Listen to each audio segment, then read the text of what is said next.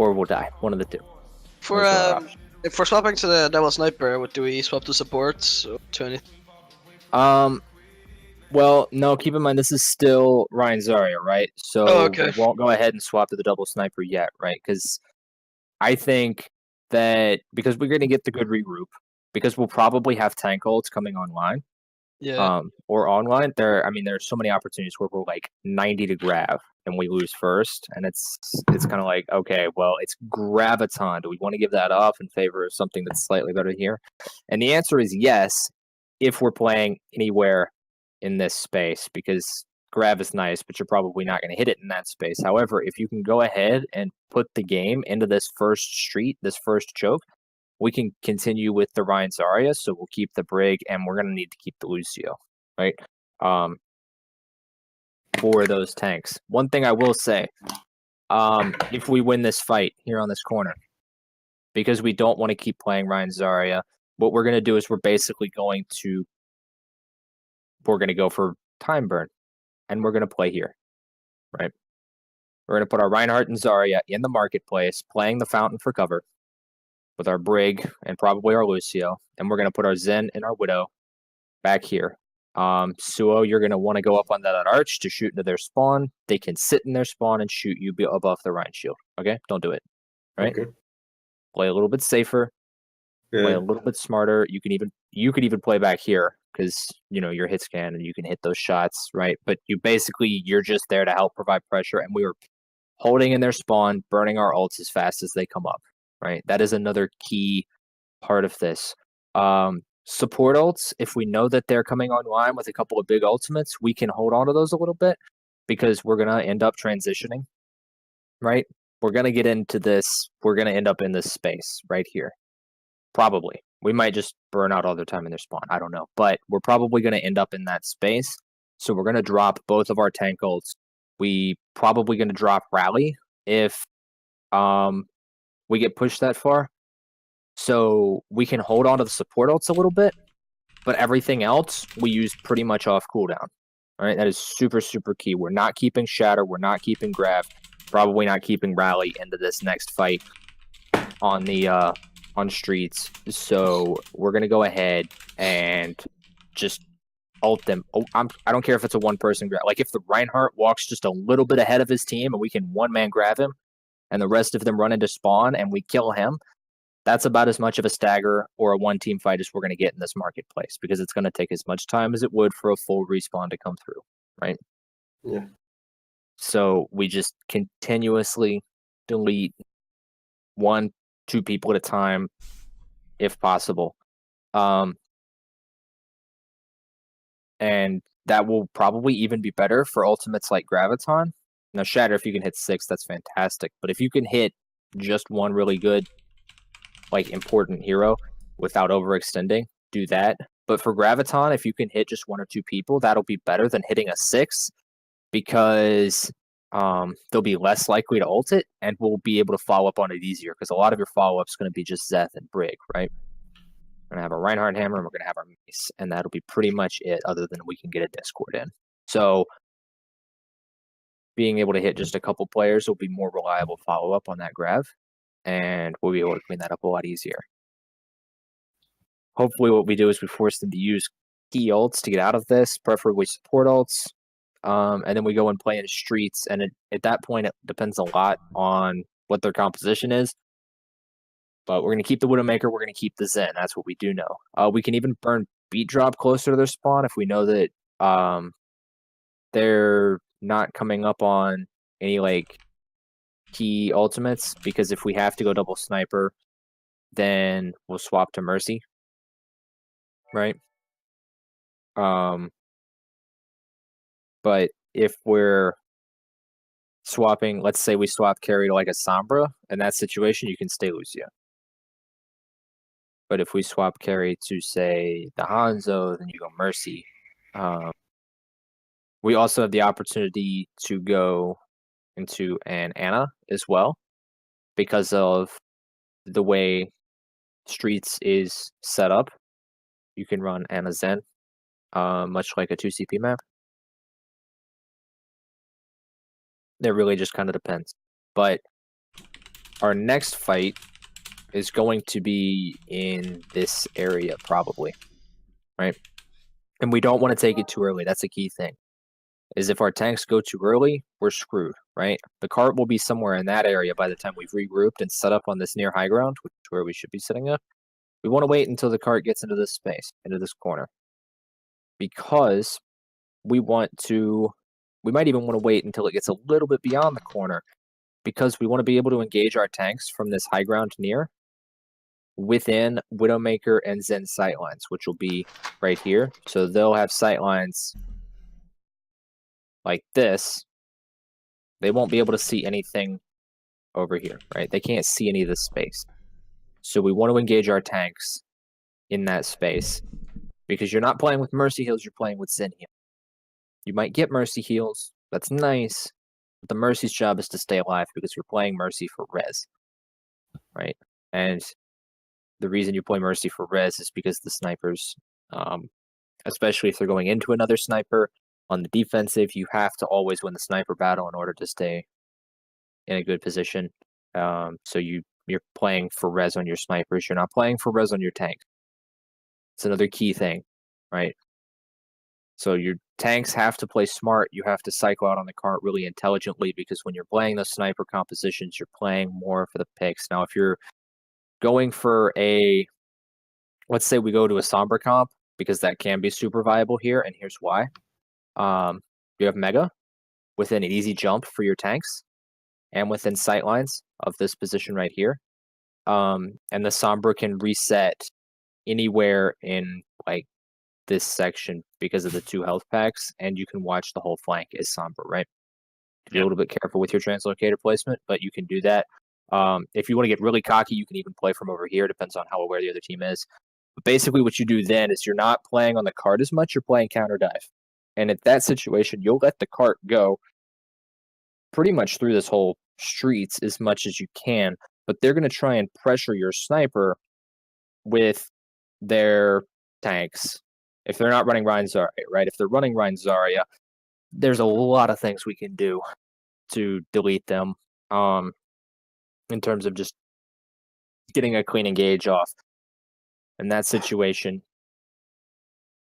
you'd probably go Ana and Junkrat and just abuse the fact that they can't contest high ground. But it all depends on their composition, right? But if we're running the Sombra and they've got dive tanks, because almost every team still runs at least floats on this point, you're playing counter dive. So you're going to be playing up on the high ground, mostly in Viz, looking to hack out the tanks when they jump up. And then we'll go for an engage on the tanks. You'll be looking to get the hack off as they're airborne. Yeah. That's another key thing, because you don't want to like Winston Shield or Defense Matrix to pop up in the way of your Widowmaker and Zen shots. And then you burn out the tanks, you follow them to the ground, and then you clean up the fight from there. You're going to let the cart push a little bit, right? Like, just because you clean up a Winston on high ground doesn't mean that you jump onto cart, because you still be like 3v5 at most on the cart, right? Something that I see a lot of tanks do. They're like, we've got a pick, and then they jump onto the cart. It's like, you don't have that much of an advantage, you know? No, And but so if I have both my cooldowns ready, I don't think it's too risky. yeah, You know, just for cleaving a bit, I can always retreat to high ground because they won't exactly. be able to follow, right? It's a soft push though. It's not like a hard engage. Right. We don't need to worry until the cart gets into this space, essentially, right? Because once the cart gets up under this first archway, that's when we really control this space, because they have to come past us to get to the cart. And so it's almost better for the cart to make it that far for this composition than it is to have it up close, because they'll have to make a soft dive onto us to try and push us back so that they can get cart time. Once they get around there, we're going to have to split our positioning a little bit. It'll be a whole different story. But up until that point, it gives us a lot of control over the space. Now, if they're running a Rein Zarya comp, we can go Junkrat Ana. And like Carrie would go Junkrat. I'm assuming that you can play Junkrat from high ground on this map. I'd be really disappointed if you couldn't. No worries, mate. And Yeah. then Moose, you're playing Anna for the nano boost.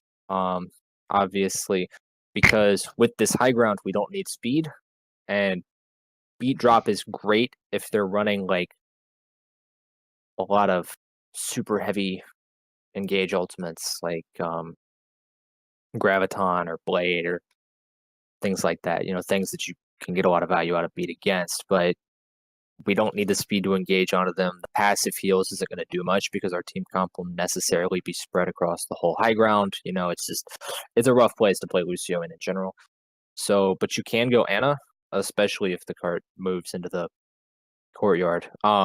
If I just wanted to, if it so happens that Yoshio doesn't have Trank and he's low on percentage, and we're swapping, could Yoshio play the Ana, or do I have to play the Ana?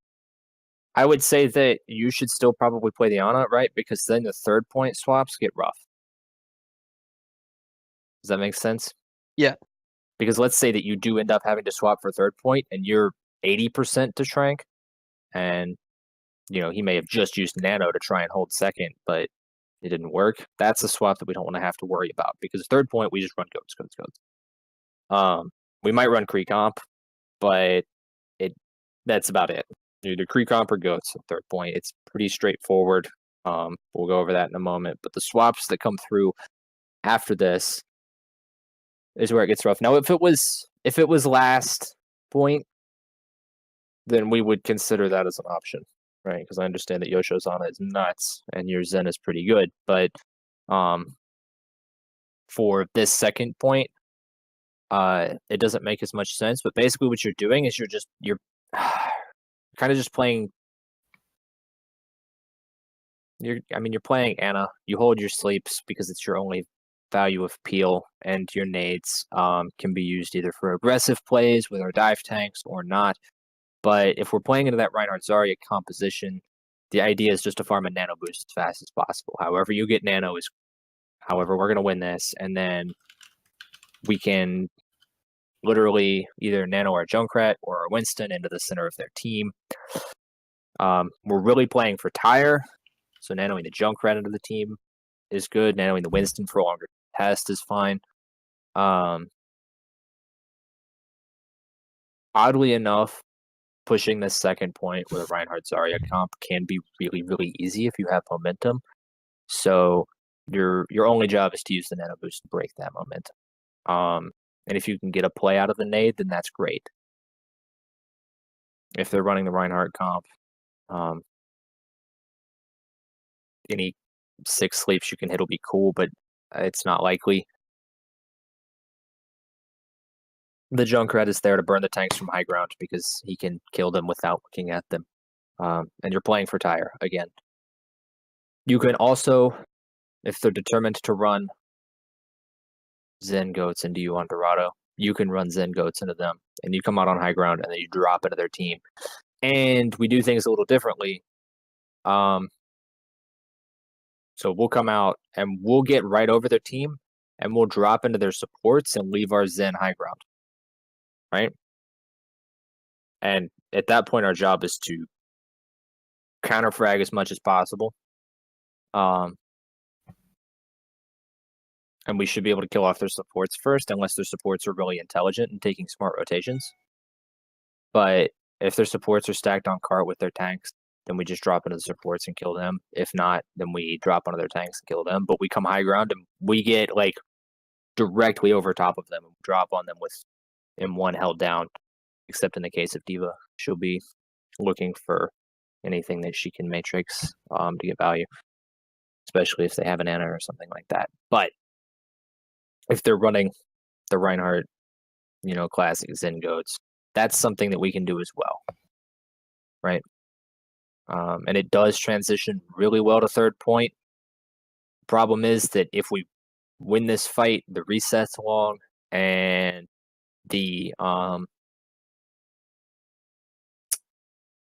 team has a lot of swaps that they can make. But if they're just fucking determined to run Zen Ghosts with Reinhardt, then we can do that.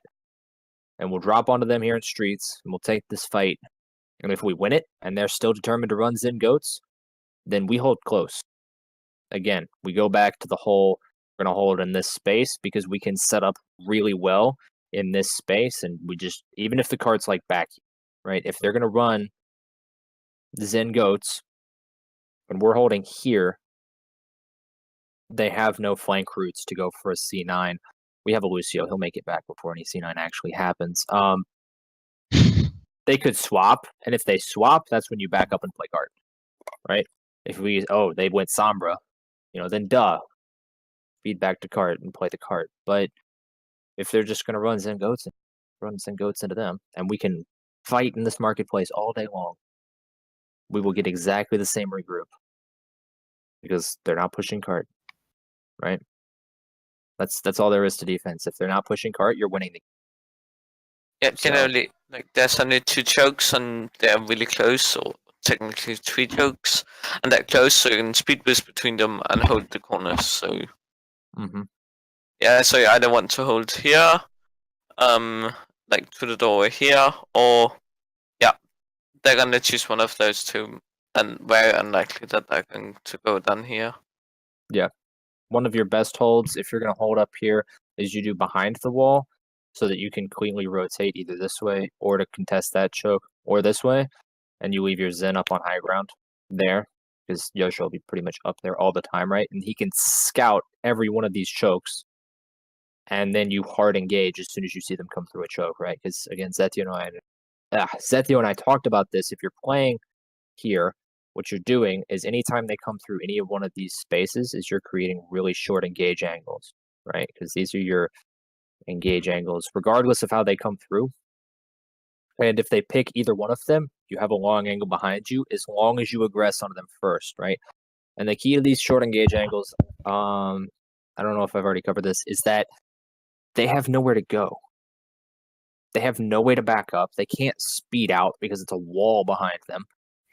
If they're put in a situation in a little tiny box where you can get in and put out massive amounts of cleave, and either you win or you lose, but either way, you're going to get a ton of ult charge, and you're probably going to trade out really heavily in these short engage angles. So you go in as hard and as fast as you can. Now, that doesn't mean you burn speed amp to get into these engage angles, right? Passive speed, aggressive Zarya bubbles kind of thing. And then you have speed amp because you have a long engage angle. You can back out slowly and reset, or you can back out quickly and potentially reset on various corners. But really, you're looking to go ahead and just win the fight outright because they have nowhere to go. And 1 to 2 picks and then really passive play is a one fight, right? Something that we've gotten pretty good at. You get a couple quick kills, then we play passive, and the fight's pretty much won. As long as we play passive properly. So that kind of covers if they're running any Reinhardt composition shenanigans. At the end of this second point, one of the best high ground vision splits, probably the best high ground vision split in the game. I don't know. Gibraltar second's pretty good. Anyways, you're under supports here because everybody runs their supports there, and you run your tanks here. Everybody runs their tanks there, right?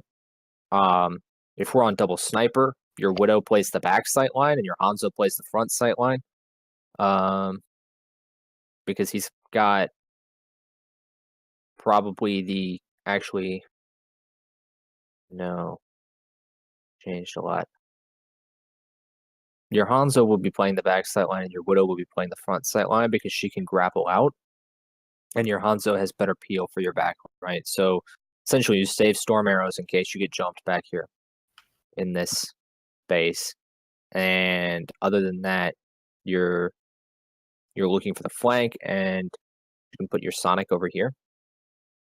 And you're spamming the choke points, and your Widow can play more aggressively up here with the tanks because she can grapple across to the supports pretty comfortably. Your tanks are holding forward to take space, but if you see them coming, this way, you have a dive option onto them, and then you can drop lower to deal with that like the damage that comes back onto you, and you can drop lower and get some heals because your supports can rotate around this direction and hit anything in the near courtyard as long as you play near walls, kind of thing. You can even like drop lower and go under this building, and your supports can just rotate here and heal you. Actually, I remember a while back, one of the first map reviews we had with Typhoon, right? Mm-hmm. Holy shit, that was loud. Yeah, it was. I don't know heard why that. that came on my speakers on my monitor instead of my fucking headset. Anyway, when the Sen had trans, they literally play him in here as a bait for the tanks To create a counter dive. Mm-hmm. No, not to create a counter dive. To literally just let them dive him, right? And you just Well, yeah. fuck the supports wherever they would be. You just use the Sen as bait, or even just let the Sen trade out for both tanks because they commit on the low ground here, right? Yeah. Yeah. Then you just trade. You lose your Sen, but they committed 2 players to it. Like he was talking about. I remember this. Yeah. It's a good play. It's an especially good play if you do have the transcendence. Mm-hmm. Because he can, like, you have a safety net for that play. There's nothing wrong with that play at all. And if we have the transcendence, then going for that is probably a good idea. And then kind of too, depending on the composition that we're running, if we're on that Sombra composition, this could work really, really well because you can also, like, you can have the tanks dive in and you can use your Sombra to help either with the support or the tank, right? Like, depending on what they're running, you can commit your Winston to their backline and you can use Sombra and Diva to create a peel into this room. And if you still have the backline support, you can even save your Zen without like necessarily using trance. Like, there's a lot of options to play depending on what composition you're running. So it's a good play. But if we're on the double sniper, then you definitely want trance in that situation because you kind of want that safety net. It also depends on the ult economy, right? Like, if you know that they have trance and you're trying to set this up, they'll probably just trance out of your dive, and then everybody's out of position on your team, right? Because you put your Zen on low ground and you hard engaged on the back line with very little support because you're expecting the Zen to be fine. And like, you've created this situation where you're like, okay, here's our safety net, here's our engage win condition, and then they just push Q if they have trance, and all of a sudden your win condition is non-existent. Also, wasn't it us where we played against a team they kept nanoing their Zen? Seriously, To the save amount him? of times that has happened to me when I play on specifically Hammond and I've been bullying the Sen all game. They'll They just like fucking nano that they just asshole. nanoed him, and he 1v1'd you because that's Zen. No, I ran away. I was like, fuck that. Yeah. Yeah. There was one team that did that like all scrim. Yeah, so you have to kind of be aware of what their ult economy is too. Because you can just get absolutely cucked because they had slightly better ult economy than you did. Now, if you know that the ult economy is relatively dry for both teams, it's one of those that's like, we have trance and they don't. This isn't, or we have trance and they don't, and they have nothing and we have nothing else. This is an excellent, excellent, excellent play to help restabilize your ult economy and absolutely destroy theirs, right? Because their tanks aren't going to build up a lot of ult in this dive situation, and our tanks will build up more ult. So, in most situations where I'm like, okay, we've got trance and there are no other ults on the board anywhere, the closest is like 60%. Normally what you would say is, all right, let's trance aggressively into their team. We're going to build up our tank ultimates. We're going to maybe build up some beat, and we're going to wipe them as quickly as possible so that they don't build up their ultimate. And that's how we make an ultimate. On this particular point, because there's so much high ground and so many retreat options, that's not viable. You can't just trance into the other team and get frags, especially if they're running like dive tanks to jump up to high ground. Then they're looking down at your little disco party in the middle of the courtyard, laughing at it. And then you come out of trance and then everybody dies, right? So this is the kind of play that you use to restabilize that ult economy in that situation where it's like, this is the only ult online for either team. We need more ults than they do because we want to obviously be in a better situation, you can use this play in place of that kind of aggressive support play. I have a question. Mm-hmm. So, in quite a few matches, what's happened is we play Ryan Zarya like here for defense, then we get here, then we have like a grab and we keep throwing Zarya until the card's like here. And then at this point, we still have like 90% of a grab. Like we've used grabs and we just keep having like Pickle at 90% in grabs because he's so fucking good. Mm-hmm. And then the transition comes really awkward because I don't play Diva and we go goats. Then we'll lose 90%. But if we have of a the grab. Zarya past this line, we're throwing the game, right? Mm-hmm. That But it's clear happened regroup- quite a time. Like where we being like having Pickle sitting on the grab when we lose I the don't care, though. second point. That's So the you key still thing, throw right? that away and just We make just- Nicholas area. Still throw that. Like, first of all, this is the point where we throw that away, right? Like I already told you guys, it is worth throwing out Grab and Shatter to play the better tanks on this second point, unless the other team is running Reinhardt Zen Goats, which we can just absolutely destroy in a Reinhardt Zen Goats matchup, probably most of the time, especially because of the defensive high ground, right? Then we should have dropped our Zarya. If we can get a regroup on this corner and an engage before this magical blue line that I've drawn up here, then we keep it and we play in their spawn until we're not in their spawn anymore, and then we swap. And I don't care if he's dropped 2 grabs and he's 75% of the way to his next one. Once they win that fight and they push around this corner, we have to have a Diva. So, in other words, we don't keep the Zarya when she gets the back spawn, because then we'll never be able to set up in time. The first thing. Yeah.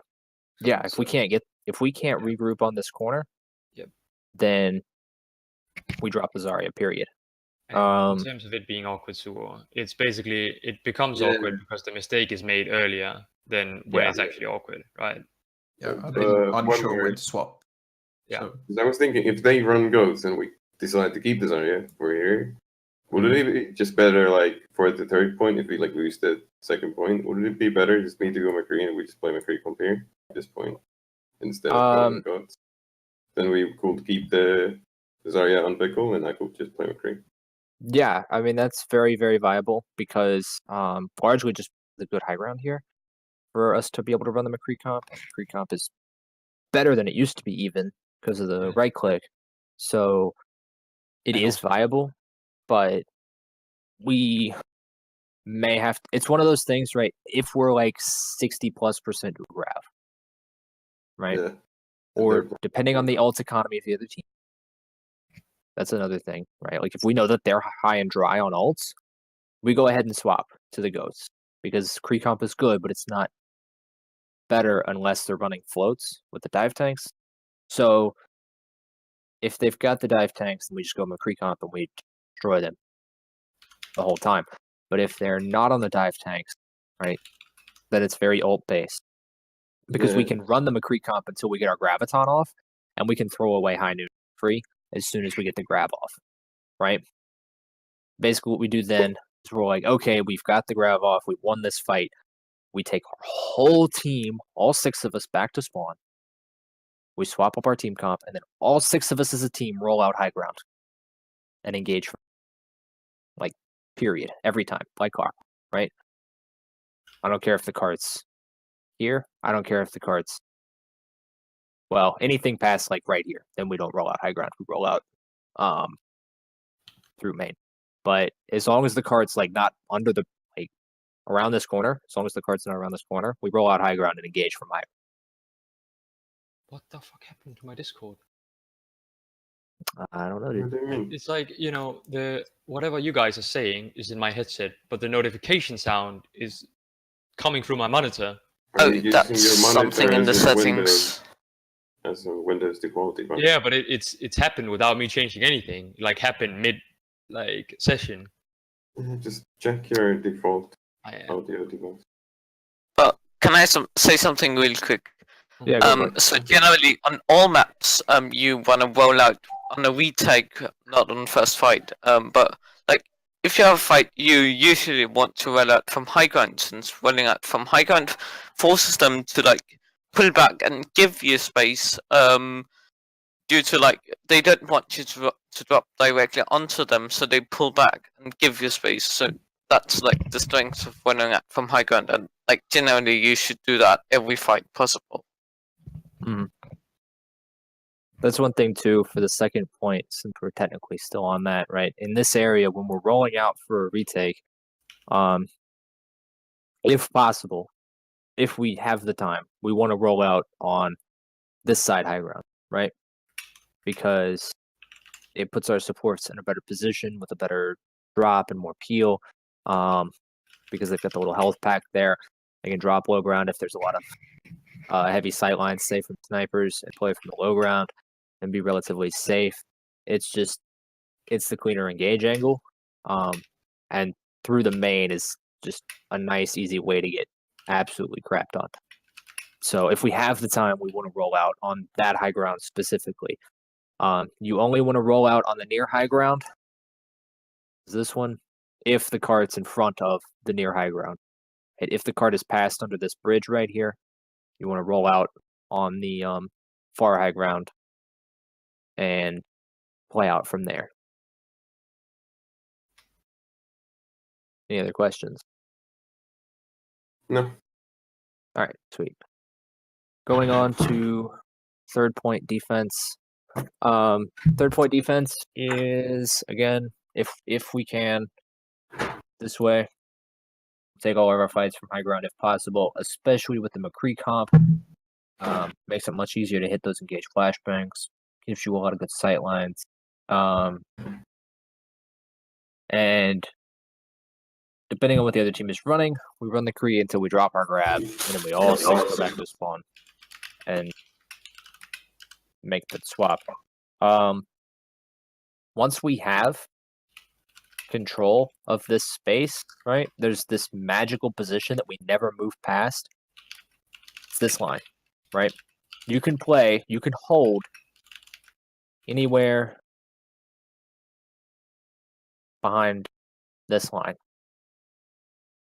There are a lot of good positions to hold. You can hold the near corner, you can hold right behind the wall, you can hold the high ground.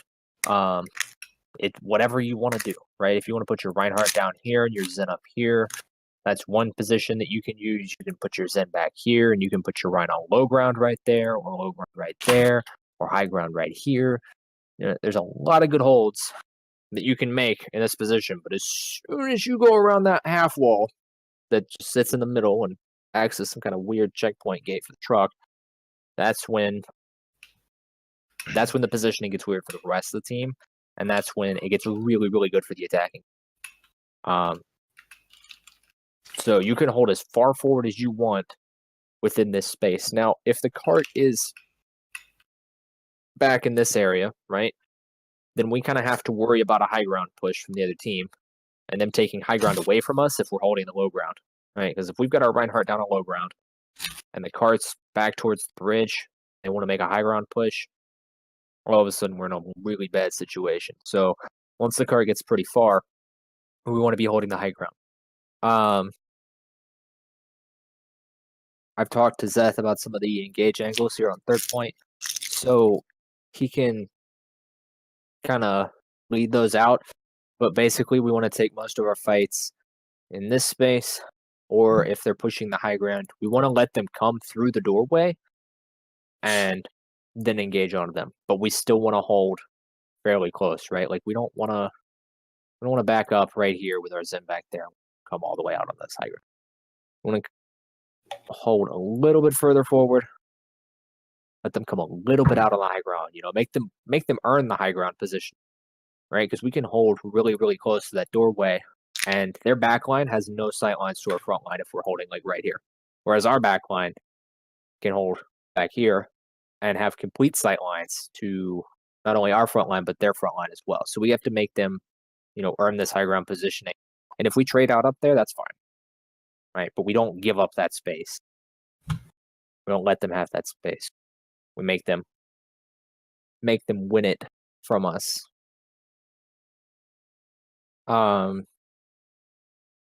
If they're running more of if they're running a Kree comp or if they're running Widow or whatever, we can do float to contest the high ground. But depending on how close the card is, it becomes more and more iffy. The map positioning in general is just suited for Reinhardt play.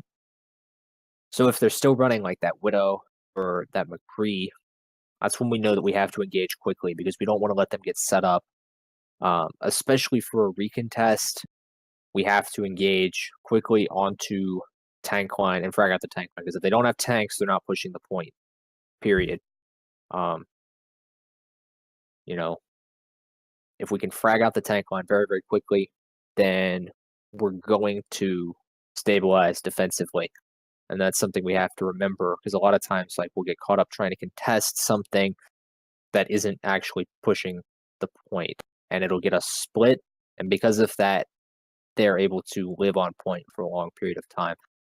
Now, we have to kind of play smart with that. We can't stand there and I'll get picked off by a Widow while we're trying to frag a Winston who's jumping away. We do have to, play the shield a little bit more. We have to use defensive abilities a lot more. We have to play a little cautiously, and we have to look for opportunities where these backline heroes are left alone, right? The McCree is a tricky one because if you don't eat flashbang, you're probably just dead as a tank because it'll right-click roll on you, and then you just fed yourself to this high ground McCree for free, and you've given up a lot of point presence for that. And a Widowmaker is also a little tricky because if she's holding close and you dive her with too much commitment, she'll grapple away. And if she's holding far away and you dive her with too much commitment, then she'll just grapple close, and now you're in trouble. So it's really about playing the tank line as much as possible, and keeping your squishies safe, right? There's a lot of people on your team can't get killed by these heroes. So if you keep your squishies safe and rotate them into really smart positions, right? Or let's say the Widow's playing over here and we're trying to contest this cart right here. When we roll out this way. Or if the Widow's playing this high ground and we're trying to frag out, if the Widow's holding up here and we're trying to recontest the cart right before it caps, then we roll our supports out this right side so that they have a little bit more cover over there as well. Or we play them further back in here, right? So that you would still have sight lines over the point, get your healing and your Discord out, maybe a couple cheap shots, but to not necessarily get peeked by the Widow who's slightly above and can't see through the doorway, right? We use our tanks to do their job as tanks, and we focus the frontline fight, not the backline fight. That way we don't get so picked off by the Widowmaker. We should have the sustain to be able to pull that off. That makes sense? Yes. Also, if they're running no diva because they're trying to go with a sniper and it's that close, you can swap to Ana because the reason you play Lucio, right? Obviously the passive feels on point is nice. Passive speed is nice. Beat drop is great if you're close to it. But you're a squishy body out there on point, and we want to avoid that as much as possible because the last thing we want to do is just feed people to a Widowmaker who can free pick you every time you come in there. So, if there's a really good Widowmaker, not really close to beat, you can go Ana and play a really long sightline to give your tanks extra sustain on point, and we can use the combination of Discord and anti-heal to frag out the point. And it's one of those things where it's a quick stall swap more so than a Lucio would be in that situation because you're not vulnerable. You can play really far back. All you need to do is have a very specific sightline over point. And if they're not running the diva, we can get a lot of value out of that. So that's specifically for you, Moose. Because there are a lot of times, right, where we'll go out to contest with the Lucio, but they have a McCree with flash, or storm arrows, or the Widow's just nuts, and At that point, you're another squishy body out there. Whereas if we can keep our tanks up and then use the combination of anti-heal and Discord to kill their tanks, then the stabilization becomes much, much easier because they kind of have to back out, right? The Widow's not going to frag 3 tanks who are all full HP and getting pocketed by 2 supports, 3 supports if our Brig is alive, right? She's not going to frag that out and push the point by herself. It's not going to happen. So it's all about that stabilization of the front line.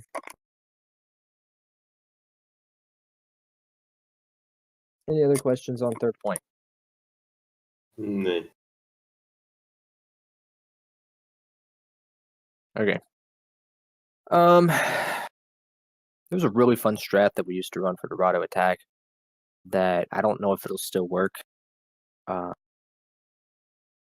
X6 Gaming ran it versus Envious back in the day, back before Junkrat was good. It attacked Junkrat, triple DPS, Reinhardt composition. It was so weird. Teams didn't know what to do, but I don't think it'll work anymore. It's something that we might want to test out, but I'll have to rewatch the VOD and compare to the current meta to see if it's viable. But what we've tried doing and what we have done sometimes is roll out with a Doomfist Hammond Pharmacy. By the way, Jeff. Yeah. I feel like we should take a 10-minute break so people are yeah, that's a good idea. More. Sorry, I get just before we go over the attack. So yeah. we'll just go do whatever and then be back in let's say 8 o'clock, 9 o'clock for you, Vince. Sure, 10 minutes, yeah. But was anyone else having issues with Jeff's voice? No. Nope. That's me. Okay. I don't know, it was crackling and cutting for me, so it was at times be hard to follow up, but maybe it's just my internet, so. Either, or it might just be some settings that are strange. My Discord is so fucked now. So I changed the what is it called? The voice thing. So for instance, when I mute my mic now, yeah, some of the sound plays in my monitor, and then the last part of it plays in my headset. Check your sound settings. I just disable. I just did. You disable it though. What you don't want. I'm gonna make some food real quick. BRB. It's like settings. it starts off in my microphone. Sorry, in my monitor speakers, right? The sound starts in that, and then it finishes in my headset. Yeah. Oh wait, it starts in your monitor. It's and your fucking headset. Yes. Exactly that. Yeah, sure. I know what your problem is, dude. I know what your problem is. What? Most likely what happens, in Windows you can set up to 2 devices for each, So I literally today, right? I installed during the thing, I installed an NVIDIA driver, right? Yeah. And I'm assuming whatever the fuck that did fucked up my sound. Basically, it's when you can have one option for where you put every audio that is non-communicating come on one device, and it's try turning the computer off and on again. Or try Nah, that. I think I know what he means. I just need to fucking get into. Does mean you set one as default and disable the fucking rest you don't need? I think you're right, Joshua. Wouldn't surprise me. But it might be a different thing, but just an idea, at least. I disabled the monitor. Let's see if. Just a second. There were 2 default devices, right? I could see that. Yeah. So. What the fuck is the opening here, dude? God, there we go. Here we go.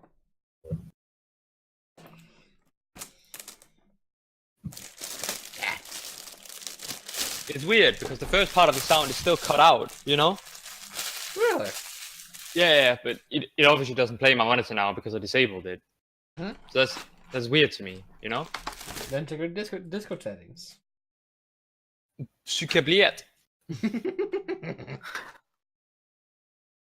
Will Dane. Hey, Pickle. Yo. He probably left already. I'm gonna go get some food because I am hungry. Oh wait, it's communist Russia. I don't have.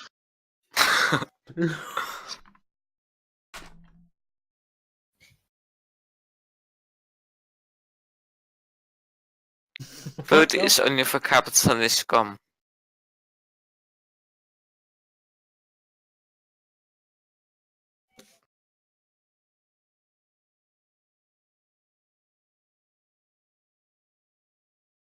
Watching Zeth mess with this is like It's the annoying. best form of entertainment. So I disabled the monitor, like audio now, right? Entirely in Uh-huh. Windows.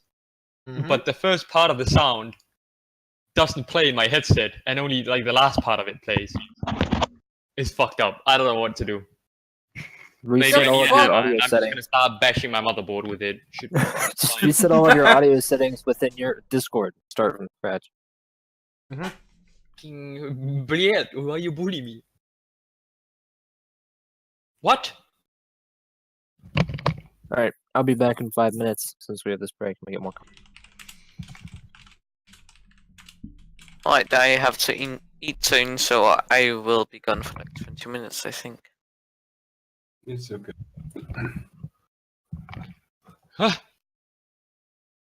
Oof. It's time we got pulled in the fucking discussion room with Ace. Oh mega. Okay. Big oof. Big up, dude. Pickle is trying to sell me his headset. Well, not his headset. Wait, literally, but- Wait, which headsets? I mean, I have 2 pairs of those. Worth. Dude, Pickle, you have the same headset, dude. Biodynamic DT 770. Hell yeah, dude. I can Yeah. sell the other half of my headset for you, Setsi. It's Nice. fucking good, dude. I fucking love it. Yeah, like my concern was just how comfortable it is with glasses. What headset are you selling? Not selling. Trying But, to convince him it's good. It is. I good, mean, Pickle. I'll just buy it because I know like the what do you call it? Basically, the consumer laws in Denmark are like so long as I order it online, I'm allowed to like, try it on. Return it. Oh no, what the fuck? I can tell one Who thing, drew that? I see you can speak the language of the gods. I was there when it was written as well. Dude, that shit was back when I was in first grade, dude. What the fuck you mean? What microphone do you have then, Pickle? Like Blue Yeti. Same as me then. what? No, you had a fucking mic hanging. That's not a Blue Yeti. Is it? Is. Yes. It is. You can get like a boom arm for the Yeti, you know? I Huh? bought the Yeti caster set. Oh, you bought a Yeti. I bought a separate boom arm. I know even more ancient fucking But isn't that expensive? language than that shit. The Blue Yeti. Yes, it is. Pretty expensive, yeah. Yeah, like and the boom arm itself 150 was- euros. Yeah, 1500 for me though. I think it's about. Oh my fucking god. I think it's the same amount price for USFC though. I'm not sure how Danish is. Danish valid currency of course out to Norwegian. Yeti though. caster. Is that what it's called? Yeah, that's the That's what you one that That- has the shock mount and the boom arm with it. Yeah, that's like the pack, you know. Don't you get a Oh. pop filter too though with it, or No what pop the- filter, Ah, just the like you shock did. mount. And like you did.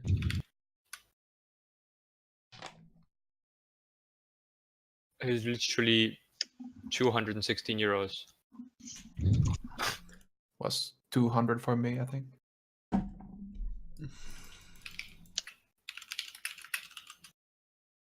That is very expensive. Okay, get a window.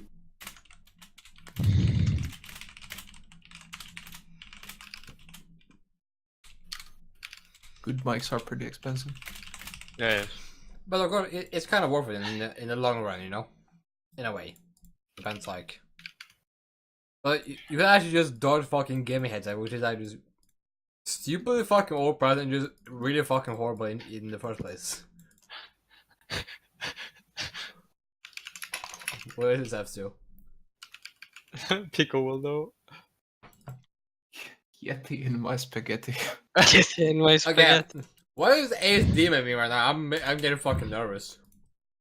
No. Hey, stop! Bonded.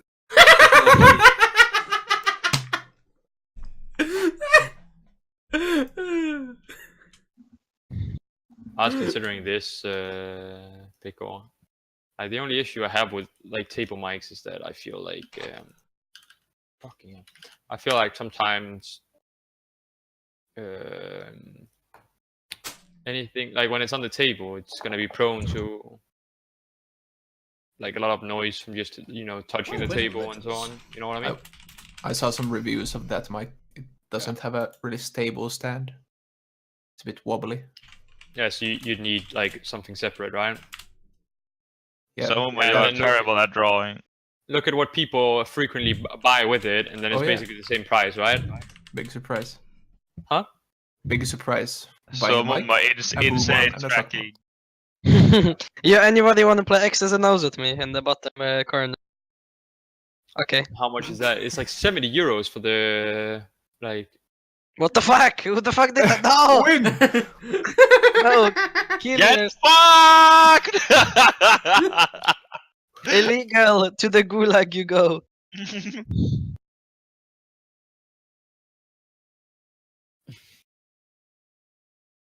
Huh.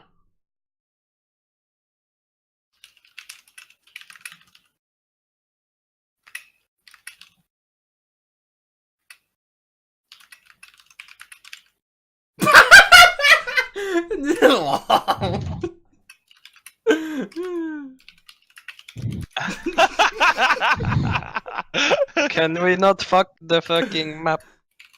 He's Wait, gonna if reset you- it anyways. If you kinda look at Dorado, it's like it kinda look like peanut. Cause How? not this part, but like you see, this is like balls, and then like this is the peanut. No. Wow, Nice moves. that's kind of a small, It's almost small like game. it's almost like you can make a peanut out of everything, my friend.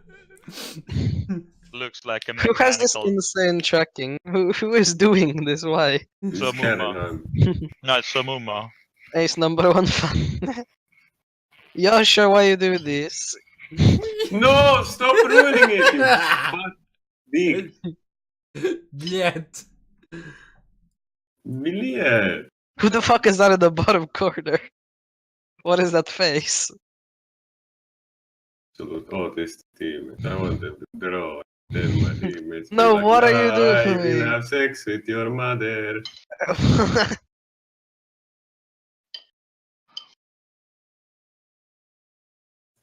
No! No! No. No. Okay, back to drawing penners. What?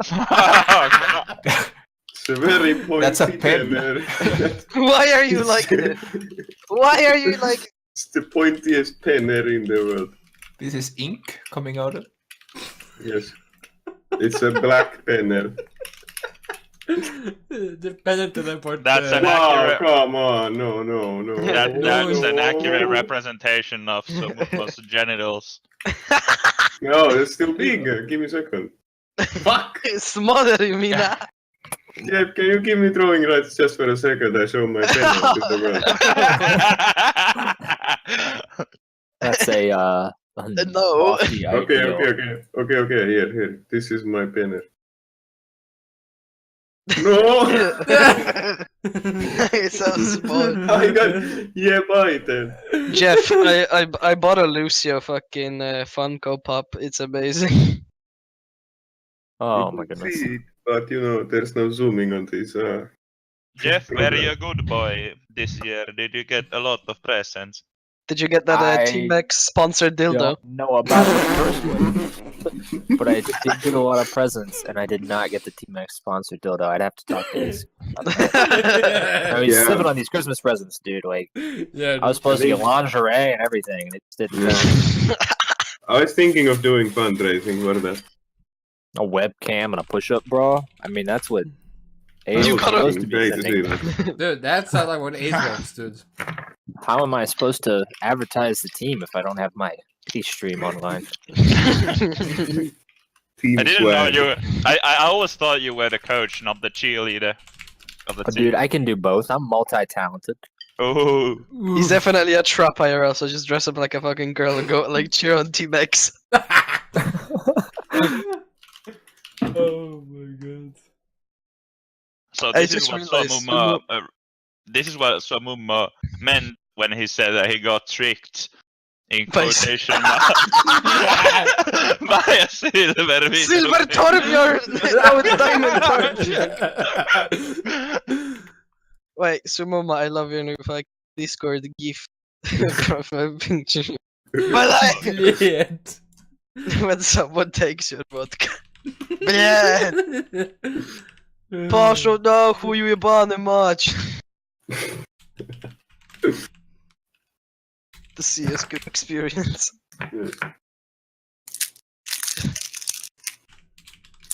Oh, back when I played Counter-Strike non-stop, whenever I joined a TeamSpeak or a Discord, just by sheer fucking instinct, I just go Ruski. As in you go to see if there's any Russian. Okay, now why are you trying to tease me? Are you trying to bait me into your house, Joshua? That's the Ruski bait. That's how you trick silver Russian. Oh no, I am silver Russian. Salavic, you know? That Adidas AK look clean AF though. Yes. Slav Gobnik Kalashnikov. The Привет. Automatic Kalashnikov первый класс.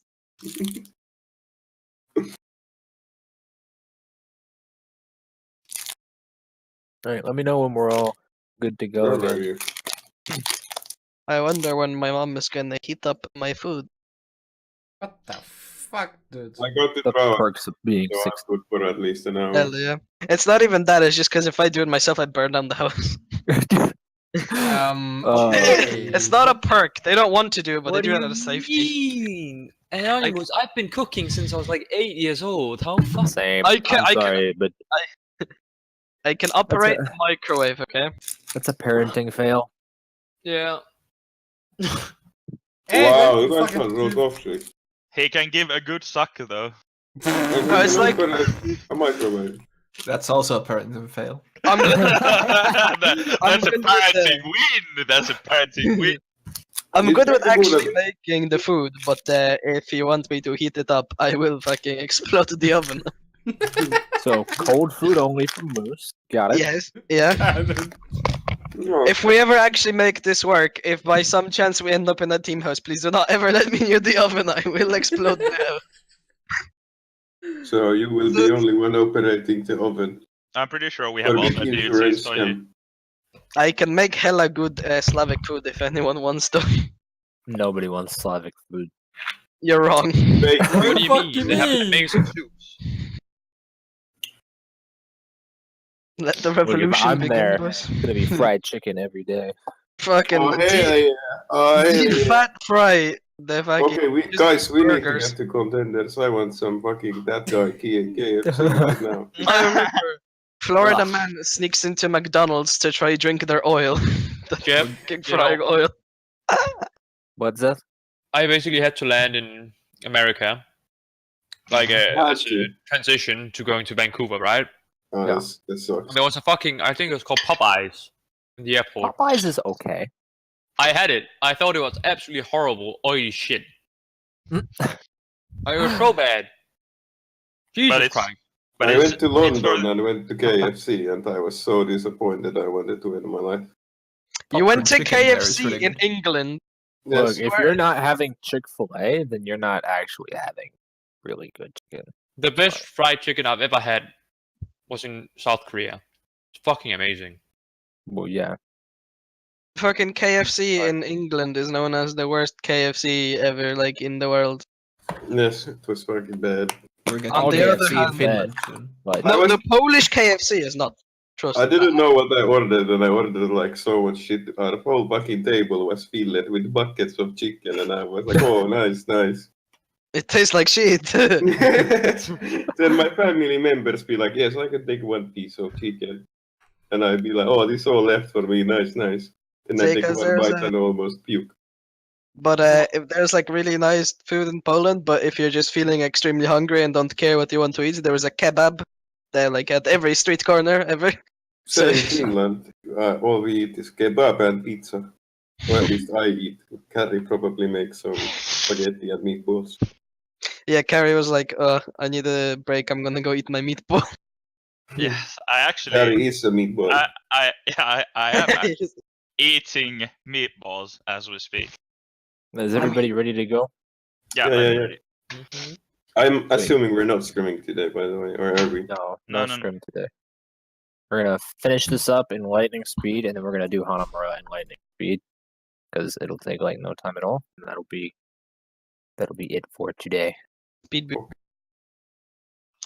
So we're gonna do attack real quick. As I was saying, we tried rolling out on the Hammond, Farah, Doomfist, Diva, all that combination shit. Basically, what we do, Alright, right, sure. is we can start with the Farah, roll out with that to scout what they have, and if they're running some kind of AIDS shit, then we go goats. We just Zen goats. We just go back to Zen goats. But So if you they're still not want me to running, play Doofus? yeah, I think that it's totally viable because you can still put out the cleave, right? You're not necessarily because most teams are standing right here, beginning of the match. Yes. So what we do is we roll out with our Hammond AIDS composition, right? We keep the Zen. We have a pharmacy. We have our Hammond Diva and our Doomfist Farah. And basically what we do is our Farah scouts and goes, okay, they're running such and such that's not AIDS. You know, it's not Orisa Hogg, McCree, Widow, or Ash Widow, or some shit like that, right? Like it's not some kind of bunker sniper shenanigans that just destroys our farm. Or 7 stuns. If they're running like 7 different stuns, then we don't do this either. But Wait, I had to get my food. What am I playing? you're playing Mercy to start, right? Jeff, can I ask a question? Yeah. So usually when we start with pharmacy on attack here, I usually go for the boop on the Rhine, and it has been fairly successful recently. So is it like a viable play to make the Reinhardt drop from the high ground, like on the I low? would say that's something that you want to do more during the engage, because if you do it too soon, their team will rotate, and then we've lost the value of this composition, right? Yeah, okay. So Also, I have. Oh, sorry.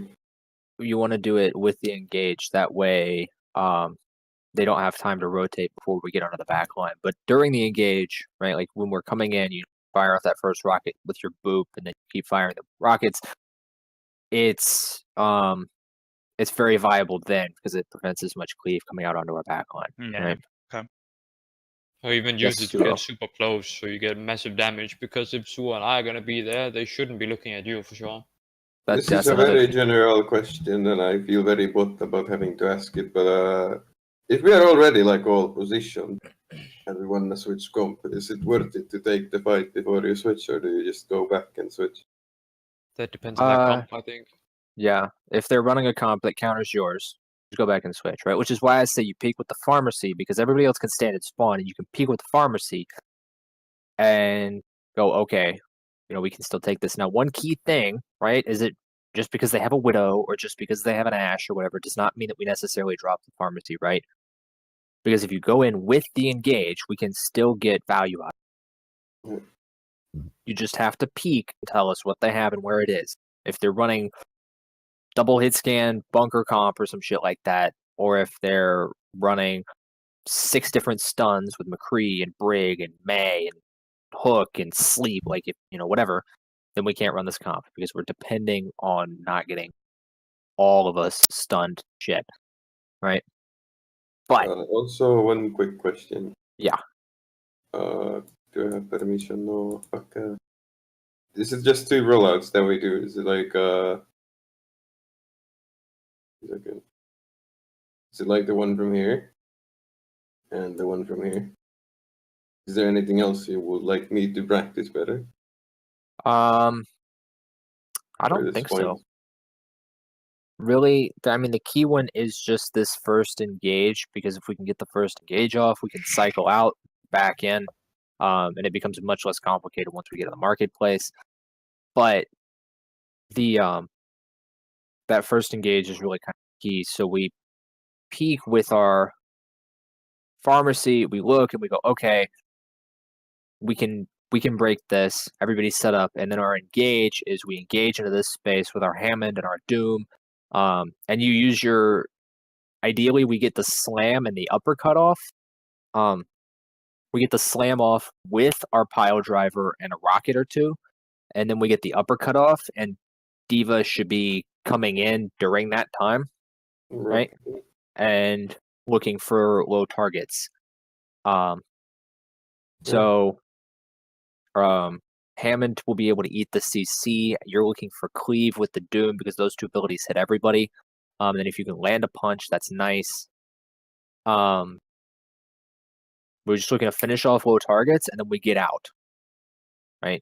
So the idea here is that we create 1 to 2 really low, weak targets. We finish them off very quickly, and then we punch out, we swing out, we just get the fuck out. We keep everybody alive, and then we re-engage into the next team fight, which will be in the marketplace with our man advantage. So I was thinking, are we gonna switch goats in a certain point, or is it just when we feel like we want to switch? So do this first rollout here, and then just if it doesn't work and they back up here, we just go from here. Yeah, if it doesn't work, if that initial engage doesn't work, then that's it. We go goats. Yeah. Right. So this rollout is kind of not necessary. Worth it. Yeah. Yeah, it's that's not a big if though, because if they're double sniper, which we have run into this, then we don't go goats. Yeah.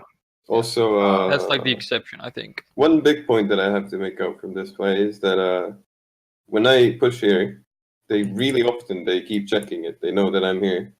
I think I have to be either standing in the tunnels here, or you have to be really fast with your rollout, because otherwise they will split me and then I'll die because I'm just forever. So I just think just play more passive down there, because I'm the one that takes a bit longer to set up, because I can set up here, right? But that's super obvious and telegraphed. So I kind of like rolling out this way, this way up here, because I can get the grapple over the roof and literally land here. I surf the tunnel roof here, and I land there, and it's really hard for them to see. And that's something too that this is one of those rollouts that we'll practice, right? We're gonna get everybody together, and we're gonna practice landing this rollout synchronized every time in as short a time as possible. Okay. What if then some time someday on that in place of 5 of you? Yeah. I'll say nothing. We just keep going. Again, if that doesn't work, we're gonna swap up our comp to goats. But if they have double sniper, we can go hard dive and delete them, or we can go Sombra, delete them with a Genji, or we can even go Sombra Tracer because Suo can play Tracer. There's a lot of options here. As far as getting in, one of the things that we'll try and keep generally is the Zen. If at all possible, if it looks like we can break it with a Nano Blade really cleanly, then maybe we go for that. But at the same time, the sightlines aren't the greatest for Ana as far as getting the heals in. Another thing I will say too is that our pushes on this, when we're running into a lot of sniper-based comps, have been suboptimal at best. Because you can still run goats into the double sniper on this first point, because like I said, there are no tanks. The point's open, right? If we have one Reinhardt versus a Widowmaker trying to push this point, if that's the only two things that survive, is their Widowmaker and our Reinhardt, we can push that point, right? It's not going to be fun, but we do have respawn advantage and the point is pushable. So there are ways to play into this, but once we get the payload into choke, right? Once it's in that choke, especially if we're running dive, especially if we're running goats, especially just in general, right? We need to be more creative with our pushes. The best pushes are through stairs here, and then you can also push this way, break choke. If they're running a more of a tanky comp holding close, then you take this one on the right side, because you just drop onto them. You can rotate your Zen onto the bridge up there, and all of a sudden, that's a hard and fast engage comp. It's especially effective if they're up ultimates, because they're probably just going to try and ult you as soon as you show up, and you don't ult back, and then we've shifted the ult economy in our favor. But if it's on this left side, if they're holding a little further back, or maybe they're running more of the sniper-based comp or whatever, we can rotate this left side and engage through there. If we're running the dive comp, we can engage our tanks through the left side as well and have our tracer come main, because it'll shift open a lot of options to have a tracer go main or on this right side high ground flank. And then we can send like a Genji over the high ground of the back, right? And what that does is because the tanks have the longer movement abilities. So if we're to reset, right? Like if we're taking our tanks from here, right? Our tanks can engage on pretty much anything in this space.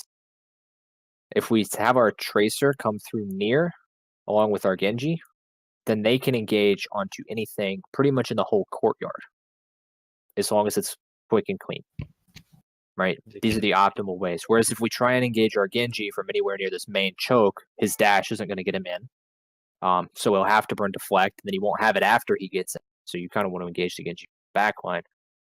Same with a Sombra. You want to engage her from the backline as well, if possible.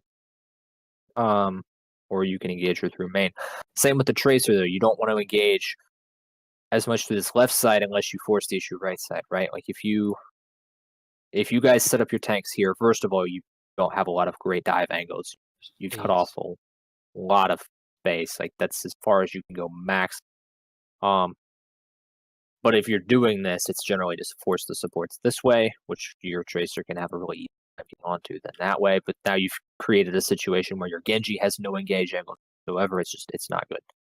I mean, it is also just possible, right, Jeff? Like, if we are fast enough, you can send the Tracer in here, wait for a second, because that will split attention, and then we can jump in, and that opens up for her to go out this way again, out here, like on whatever we are on.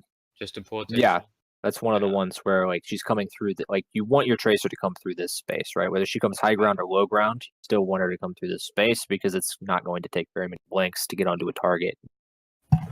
Okay, well, reset her cooldowns in the courtyard. Or market.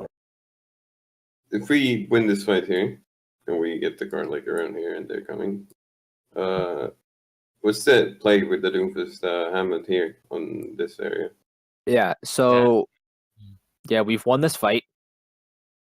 The card's up by the fountain, and they have a recontest, right? Like, let's say that's something that actually happens. It's not likely to happen.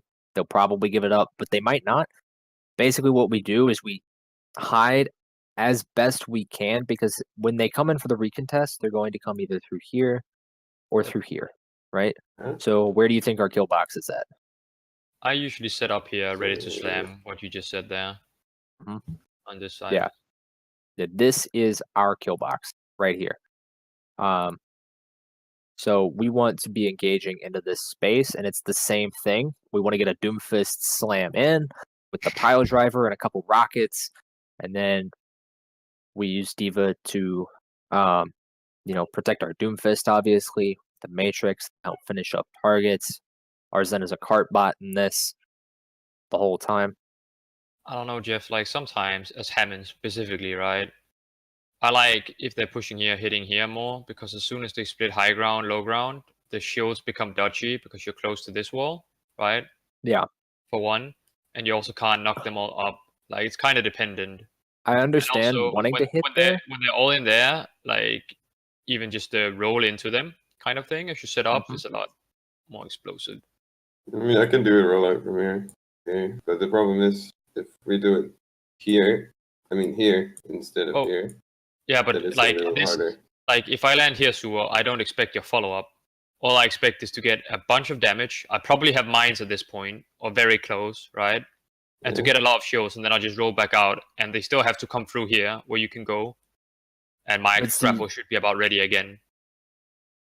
I don't think that if you engage into that space, I don't think that, because you're admitting we're not going to have the follow-up on that dive, so we're not necessarily going to get kills, right? Like, if we hit some rockets, then fantastic, that's awesome. But if we're not hitting super clutch rockets, which, by the way, Carrie, you should be playing over this rooftop, by the way, in this situation.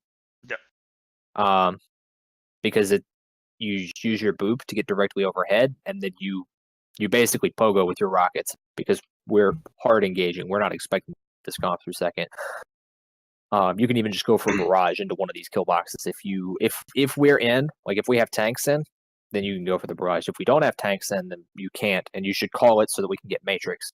But you'd be like, I have barrage, we're gonna go for it. So we do our standard dive, but Diva goes into matrix you not to follow up, and you just boop in a barrage. But in the situation where they're just going back for a recontest, we don't have that kind of follow up. If you slam in over here, Zeth, then you're giving us basically 5 seconds before we can have our next engage, at least, right? Because you've got to roll out. I disagree, and it's mostly because whenever we do this rollout up here, right, and whatever fight there is, I'm close to 70% mines. Almost always, like after that first fight. Yes, but 70% isn't 100%. Yeah, No, and if we but don't have it's it gonna be there, ready. Like I'm just saying, here might be too late for me to control just because of the way Hammond works and how hard it is to set up again. yeah, Like that's why I'm saying if they come this way, I will slam here. Like this is my personal experience with the hero. That's what's gonna work. That's how it's gonna set up. I can easily roll back out here. Like Yeah. I don't need to completely leave the fight so long as I stay on the high ground. Also, not to mention, like that space in there, if they do take the long route, this is the most dangerous area against Farah to some extent, even when I knock them up, because they have a wall behind them. yeah. Like, you But what know, that doesn't mean though is that we shouldn't engage our Doomfist in that situation. So yeah, I'll just that's what I meant to say with not having support. That's like, you know, I don't expect Sumo to hit that deep. It's one thing we'll have to test to see if we can still get the value out of it, right? Because even if we're building our ult and making a really good engage, if we're not getting picks, because our comp is garbage, right? It is a burst composition, so if we're not getting that clean burst off, then we're throwing. So it's one thing we'll have to test. We'll have to try this and see if it works fairly consistently. And if it does, then great. But if not, our better kill box will be over there because we can get more follow up into it. Does that make sense? And if we cap, I'm assuming we just go here and switch. Probably, yeah. And our swap will depend on what they're running. I wouldn't play this comp in forward more forward than this. You can't really play the Doomfist into Streets phase. We can play the Hammond into Streets phase if they're running sniper, like double sniper. How far are we calling? No. Now if they're they're picking you at this point. Yeah, they're definitely going something to counter the Pharah, which is why I say go ahead and burn the barrage. If they're retarded and don't counter pick the Pharah, sure, run it all day. Play over top of the church and just abuse the other team. But if they're, you know, not gold, then they probably have at least a McCree at this point, if not an Ash or a Widow, because it's just so strong here. And at that point, we go back to spawn. What I do is like go because Setsu is gonna use his mines here, so he's not even gonna lose any ult charge. So he just go like Winston, and we just go Winston Diva, and then Carrie would go like Hanzo, and I'll go Widow. We do a double. Yeah, that's good because it doesn't swap up our supports at all. And that's super viable. Another thing we can do for the second point is we can run a counter dive strat, and this is where I say that Reinhardt with momentum is actually really good at pushing second point, right? And so this is going to sound a little weird, but it is super, super viable if you play it properly. And it's kind of dependent on the other team's composition as well. But what we do, right, you take your Reinhardt to push cart, and you go Sombra and McCree, and you can run the Diva with it for the Peel or the Zarya. For the Graviton, it depends on what you think is more valuable, but the Diva will probably be better because it allows her to contest high ground if necessary. I don't think the Zarya is going to do anything at that point. Or you run your Lucio and your Zen. Again, this is a little weird, but it is doable, right? Basically, you play extreme counter dive, and when we're pushing, you play under this awning in the church, right? And we're just going try and push as far as possible. And then if they dive onto us, If they drop onto us, we go for a hack, we go for a flash, we go for the right click. We just go to burn whatever touches cart as soon as it touches cart.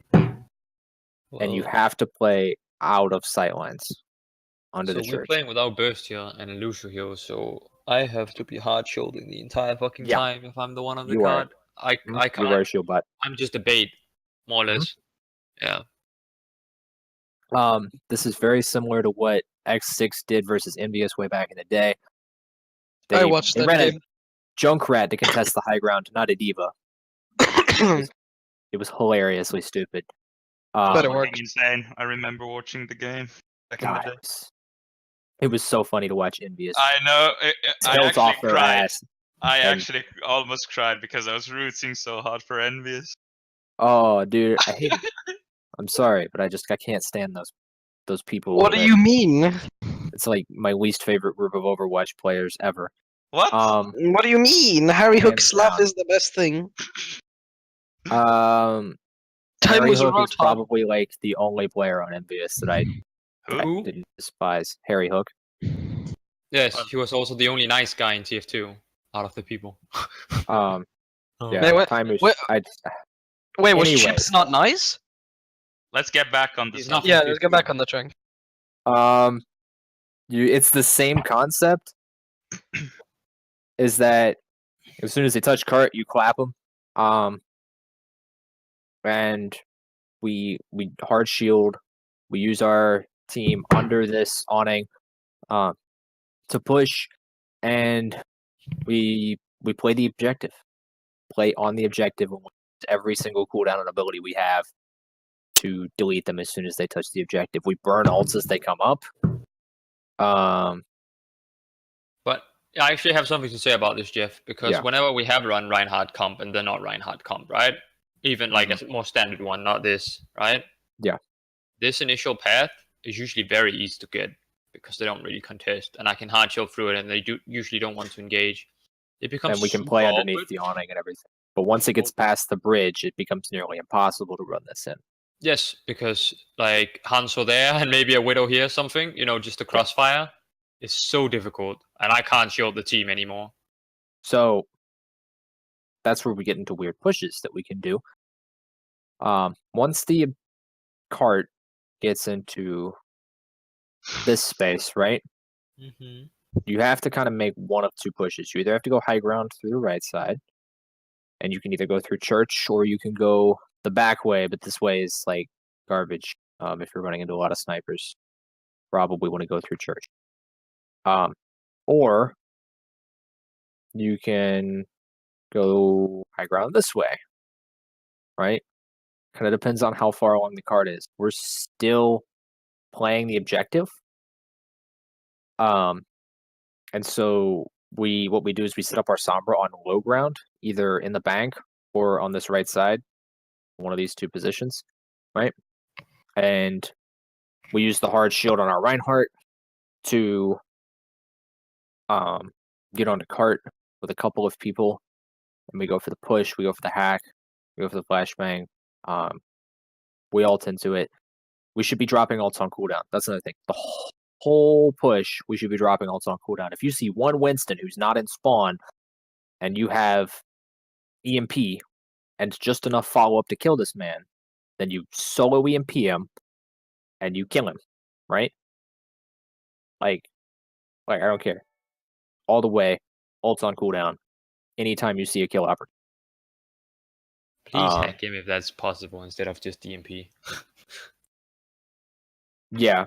Yeah. Yeah. I mean, obviously we want to conserve, Yeah. but that's a one-team fight, right? If they don't have a mercy, it's a one-team fight,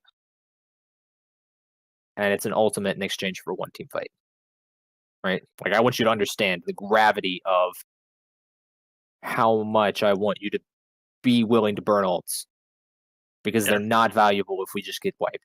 Yeah, I think that is the biggest or one of the biggest issues we have as a team. Like, we are way too hesitant. Yeah, like way too hesitant to use our resources, even when we actually have a pretty good spot to use them and get value out of them. I can tell you why it happens. Yes. because people are not fucking confident in themselves of like using things, and they are too like they want to listen too much to authority. So the thing is, when we get ults mid-fight, usually, right, this is when the issue happens. Like when we're pushing out and we don't get the ult economy communicated, people don't trust themselves, are confident enough to actually make a, you know, like play. just make a decision, make a play, like fucking just try. They don't want to risk it, despite it being a scrim, because oh shit, I fucked up, right? So, so you don't get the habit of okay, I need to do it. Like there are natural breaks, like between fights, where you do have time to communicate this. But some things come online mid-fight, whatever. You fucking just use it if you feel it's good. Even if you're unsure about it, just fucking press it, and then you can evaluate after the scrim if you're shit. Like yeah. And if we use an ult to win a team fight, I'm not gonna shame you for it, right? Again, like if we're pushing up really aggressively, right? Because let's say we're running the Reinhardt, and he pushes up really aggressively, leaves some cart, and we see that the other team is regrouping, but they've got one player right here, and everybody else is walking out of spawn doors, right? And we have Earth Shatter, and there's a D.Va here. We can win this next fight by solo shattering this D.Va and killing her. That's a one fight. Because they're still regrouping. They're either not going to recontest because they just lost a player, or they are going to recontest with 5 people into 6. And in the best scenario, they actually like go into panic mode and might like invest ultimates. Yeah, they might be like, okay, should. we can win this because we can use trance and beat drop to give our 5v6 an advantage. And we go, okay, we just traded an Earth Shatter on second point Dorado for Transcendence. Like, we're still getting value out of that, right? Exactly. It is a one-team fight. Even if it's a solo ult, if it is a one-team fight, I'm never going to be mad at that. Also, I just want to point out, sometimes when I say, can I grab, it's not direct. Like, I know I can press Q and like use it, but I just want to make sure that there's follow-up. With the D.Va pump and like he has boosters and he's ready. You've gotten much better can I at grab. that, It's not because I don't know that I can press Q, but it's mostly just making sure that it's not going to be fucking useless because somebody doesn't have his cooldowns ready. You've gotten much better about I'm going to opportunity. grab if you have a feeling beforehand. Hmm? Just say I'm going to grab, because otherwise it's like the thing, you make me actively think about whether or not you should do it when you say can I. Okay. You put responsibility away from yourself, right? And leave it open to the team. Even if the purpose is to, you know. Yeah, but then if I say I'm going to grab and I see the opportunity, the guy maybe still doesn't have the follow-up. I don't know if he just used boosters or he's like 10 seconds away from them. I mean, I guess Pickle would say that, or I'll just do it and see what happens. I don't know, I just grab. Like, that's how I... like, I just grab. Any Zarya main just pushes Q and goes, oh shit. Everybody was like 600 feet away. Where's my team? The biggest ultimate in the game thrown away because somebody didn't have cooldowns to follow up on it, and then I understand that grab is like really high pressure. You have gotten a lot better about seeing opportunities, and pushing Q. One thing I will say is that in scrims, grab on cooldown and see what happens. Right. Okay. It's gotten much better though. I was gonna like talk to you in depth about it, but you've been checking more on, hey, do we have this? Do we have that? Or, oh, hey, this is 2 squishies and no shield in sight. I'm just going to grab them because I have 100 charge and kill them. Like, you've gotten better about breaking it down. So just try shit, right? It's a scrim. It's not your SR. It's not a tournament. Just give it a shot, and then think about, hey, did this work? Did this not work? Why did this not work? If the answer is consistently because I didn't have follow-ups, then yeah, ask, hey, can we follow up? And that's where the can I grab comes in. And I understand your process there of can I grab, and I understand Zethia that you don't want to have to actively think about, oh shit, can we grab? But really, what all we need to think is, okay, Suo's in the front lines. Can I grab means we're going to hit Reinhardt and Zarya and maybe a D.Va. And what kind of follow-up do we have? Is it just cleave damage from our Reinhardt, or do we have Diva Bomb? You know? Yeah, and that's what I was about to say. If it's for the Diva Bomb like combo, if that was communicated ahead of time that was going to be done, then I'd actually have input on whether or not we can do it, because I need to check my pin cooldown. But if that's not the play we're setting up for and it's just coming online mid-fight, I don't really care. I'm just going to swing or whatever, right? Like. But it gets really niche when like a pickle is like 80% to Diva Bomb, and it's like really, is he gonna get it? Is he gonna get it? And then I just like. But there's so many things that go into it. So if you realize that they don't have support ults because you got it like super fast during a fight, right? Yeah, I mean. That's what I mean. You should just do it. Fuck the combo. We're gonna kill them if they don't have support ults. Or there's like the other aspect of it. Our support ults are almost up or something, right? And they have the combo too. It. So you drop it to force their support ults and give us time to build ours, like these things, right? It's literally just to force ults out of them, not necessarily because we're gonna kill anything with it. Like, I just feel like there's going to be disagreement when I do it, and then somebody's going to find a way that it was a bad grab, just because this happened, and we could have done this, and we could have done this, and. Well, you won't hear me say during the game. We can talk about it afterwards. Yes, true. Yeah. Yeah, we're not going to harp on you during the game. So at this point, just grab anytime you think that it could be good, right? Okay. If you want to solo grab a Zen because you know he has trance, go for it, right? Either you kill him and then they don't have Zen or trance, or he trances in a grab by himself and then they don't have trance, or they all jump into the grab with him and he trances, so that they get value out of the trance, and then they don't have trance anymore, right? Like there's so many ways to win with a graviton, as long as you're actively attempting to do something with it. Now, if you're just like, feed it to the Matrix, or if you're like, okay, here's a 6-man grab, even though we're 4 people down in this fight, that's another story, right? Yes.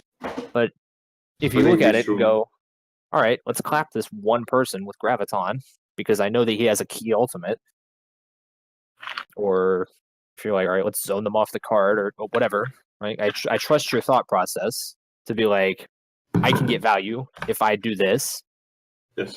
Then just go for it. Right. We can talk about later. Be like, okay, well, this is a good idea, but you graphed the Transcendence on point, so they just were able to contest the whole time. Whatever. Right. So, second point. This is moving on from our bizarre ground pound comp, where we use ults on cooldown, right? It becomes an ability that we burn. Depending on the other team's composition, we have a lot of options. We have a lot of things can run. I'm not going to necessarily tell you what to run because it is so open. I am going to tell you what not to run, right? Don't run Genji on point B of Dorado. Don't do it. I've seen a lot of teams try and pull it out, but unless the card is in this courtyard, you're not going to get a lot of value out of it, and you need a nano to do it. So, it's a heavy commitment. And if we had agilities on our team, or Shatter, or Daniel, let's go. Basically just agilities or Shatter. Right?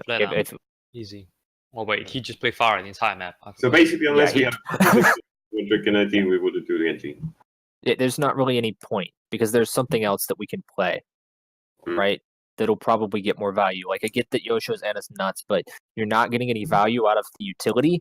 You're only going it for nano, and at that point, it's like you have to get a big nano blade, and so unless we have somebody that we know is just insane and actually will frag a team by themselves with nano blade, then we give it up. And Suo's good, but why do that when something else, right?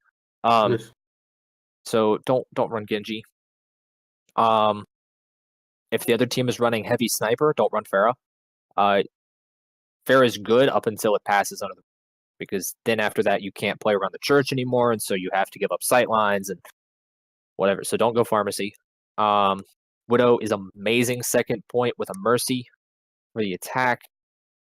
McCree is good, but not great. Ashe is really good at this point, I would say, especially with a mercy, because the short sight line she can still one shot on, and then Bob is Bob, pretty cool. Bob! He does Bob. stuff. Boop. Don't run Zarya. I don't care. Just like unless the other team is running Zen Goats, don't run Zarya. Anything that's going to get clapped by high ground control, don't do it. Tracer Sombra is really good because you can set up your dives really, really easily.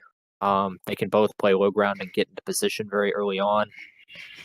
And you can take more time setting up your tanks and then get your could engage off on a hacked target. Which, by the way, the hack doesn't come before the engage. The hack comes during the point where our tanks are flying through the air so that the attention's not on you as the Sombra. EMP is also really good in this space. Mostly just don't go Genji. Don't go Ana. You're not gonna get as much value out of that. If you want to run Mercy Zen, if you want to run Lucio Zen, if the other team is running floats, right? Like let's say the other team has Winston, Diva, Zarya, and then they have the triple support, right? Like they gave up to Brigitte, and they went Ana, Zen, and Lucio, or maybe they have Ana, Zen, and Brigitte, they don't have Lucio, whatever, right? At that point, you can run goats into that. You run your Lucio, Zen, and your Brig, but don't run Ana.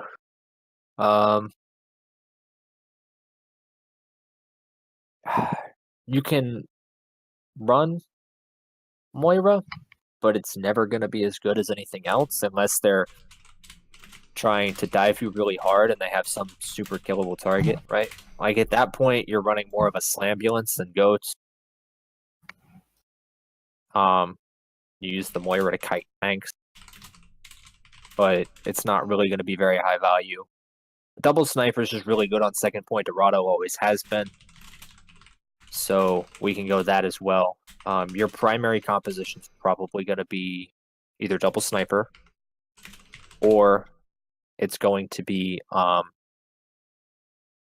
the Sombra Tracer dive. And if you're running Sombra Tracer, you go Lucio Zen. Or if you're running the Double Sniper, you go Mercy Zen. Winston's really, really good on point B of Dorado. Always has been. So I don't necessarily see any reason to go Hammond. Correct me if I'm wrong, is that deal? But the engagements as Hammond onto the back high ground is kind of difficult, or it takes a long time to set up. This thing is completely AIDS. Like, I mean this area right here. Oh, that's fine. That's no issue. Okay. Because, like, let me show you. So what you can do if you have a Scout, right, is that you can engage from under here. You just grapple this, right? You move basically up this way, and you get a slam on here, like by looping. That's easy. And same thing goes if you just roll down this way, and you grapple up here, you can basically control the whole thing. So it's not that hard. Not to mention, what is it called? Like, usually when I set up, coming this way around, like really quickly, also gives you like easy way of booping, and you can just like peek the the ledge like that, and then you get a slam on this thing too. So it's not that hard. So if we do that, if we go the Hammond with the Double Sniper and the Diva, you're not trying to engage with the Hammond as much as you are trying to play counter pressure versus the tanks. We need to create space for the Widowmaker, right? So it's not that double tank synergized dive. What it is it's a pile driver into body shots, probably, or headshots if Suo's nuts that day. And that's how we get our pickoffs onto their snipers. And they're going to try and contest the snipers with most likely a Winston. And then you go kill him. Normally, you want to split your engage angles, but because the potential for counter dive, right? A lot of the engage angles might be we have our Hanzo in church on high ground and our Widow on the bridge on the high ground, because then what happens is if they do dive it with a Winston, right, you have the Hanzo within a clean sightline to deal with that. You're not necessarily like playing a super split angle where you put your Widow over here and your Hanzo like trying to play close, because then it's much harder to help peel for your backline. And that's a situation too where you'll save your storm arrows for things like shield break and tank burn. Grapples obviously to get out of that. Use our D.Va thrusters to kind of peel onto that, right? But Zeth, you're not going to have a lot of like up close and personal follow up for your dives. No, but like, what is it called? Usually when we've been playing against the double sniper, right? Mhm. The Widow playing here, for instance, usually Yeah. doesn't have a lot of support. Sometimes I don't even need to, what do you call it, slam. I just roll up and go bloop because they're distracted. Yeah. And I don't if I think don't you'll use need my a lot of rope for it, support. I can easily change high ground with them and just clap them. Yeah. I don't think you'll need a lot of support for it. I'm just letting you know not to expect it, right? Whenever I play Hammond, I basically play don't as if I'm expect it. alone. Yeah. Too fast for the team. So what's tough then when you do this play? I just want to make this clear, because you're taking a little bit of time when you go there, right? No, not really. A little bit at least. It's enough time where they're like the rest of their team to engage on our team, and when they have two tanks and we don't have That depends on how one far tank. forward you push, Sur. So the Yeah, thing yeah. is, like me rolling this way, right, is actually slower than me coming from here. Like this is the faster route.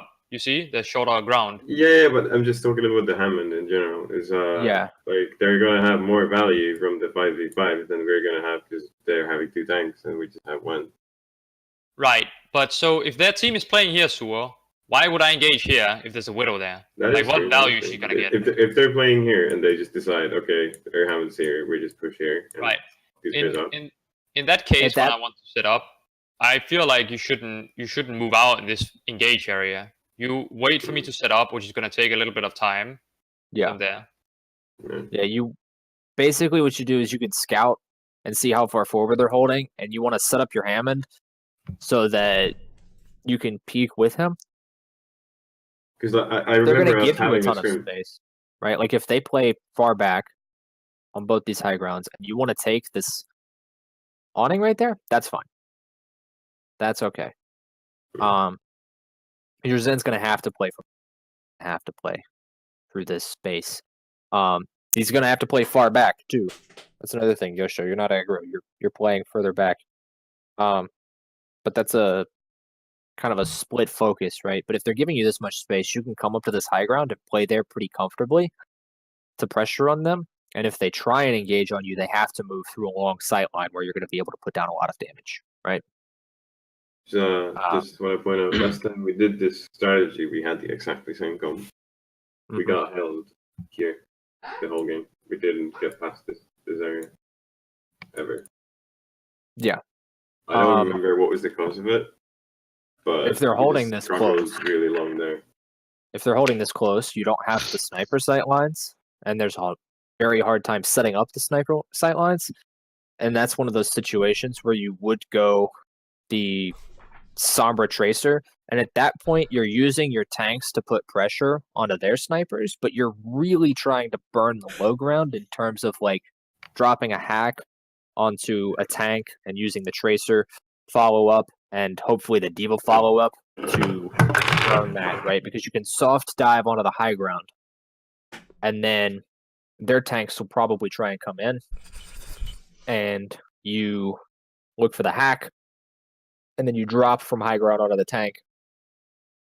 Excuse me, and then delete him. All about the tanks. All about the tanks. And we run the Lucio with that, right? If they're holding really close, we can do that and try and counterplay the tank super hard. Yes. Any other questions? Okay. Third point. If they have Winston D.Va, we go Creecon. If they have goats, we go goats. Yes. Pretty much it. And pay attention to regrouping in this. We regroup here. As far as we go. Don't go past it. Then we have one of two pushes. We have low ground. We have high ground. That's it. Those are our only pushes. If we want to get really creative, we go through this doorway, we go low ground. And that's if they're holding like super close. We can We try were you that. faking ever? Like, is that a thing? Because fucking Kaisha was talking about faking a lot. But I've think seen it's- RD never do it. Might not be viable here since there's glass. True. But it Pretty just easy is to like spot in it. general question. Or is that like later on thing that we're gonna go through?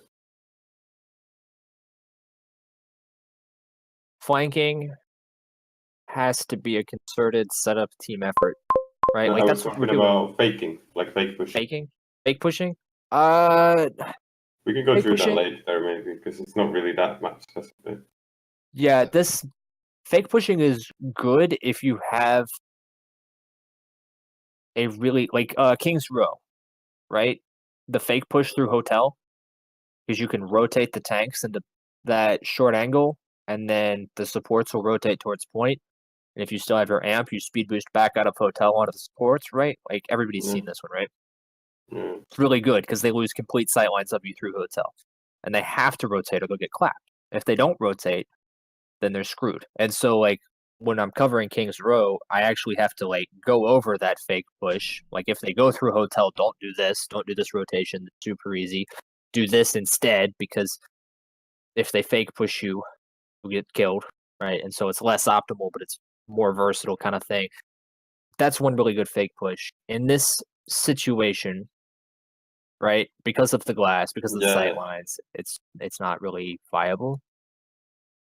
I just wanted to bring it out because he was talking about it and we never done that. A lot of teams do it on Nepal Sanctum too, right? They'll go for a fake push behind and then drop cubby, or they'll act like they're going to drop cubby and they'll go behind, kind of thing. Like there's a lot of fake pushes on that map. You see it come out there. Basically, anytime. His example puts on mecha base. Pretty good too. There's a lot of ways to pull off fake pushes, but it's kind of specific. It's kind of like an advanced thing to do. Not really that important right now, right? Yeah, not right now. And it is map specific. It's not, because there are certain maps that is way better for than in other maps because of where the defense is holding and where the attack has to push from and the specific options available to the attack, right? Like the hotel push for attack on King's Row is terrible. It's absolutely awful. I never condone doing it, but faking a hotel push on King's Row is phenomenal and totally viable, right? Just why you kind of have to take it into consideration.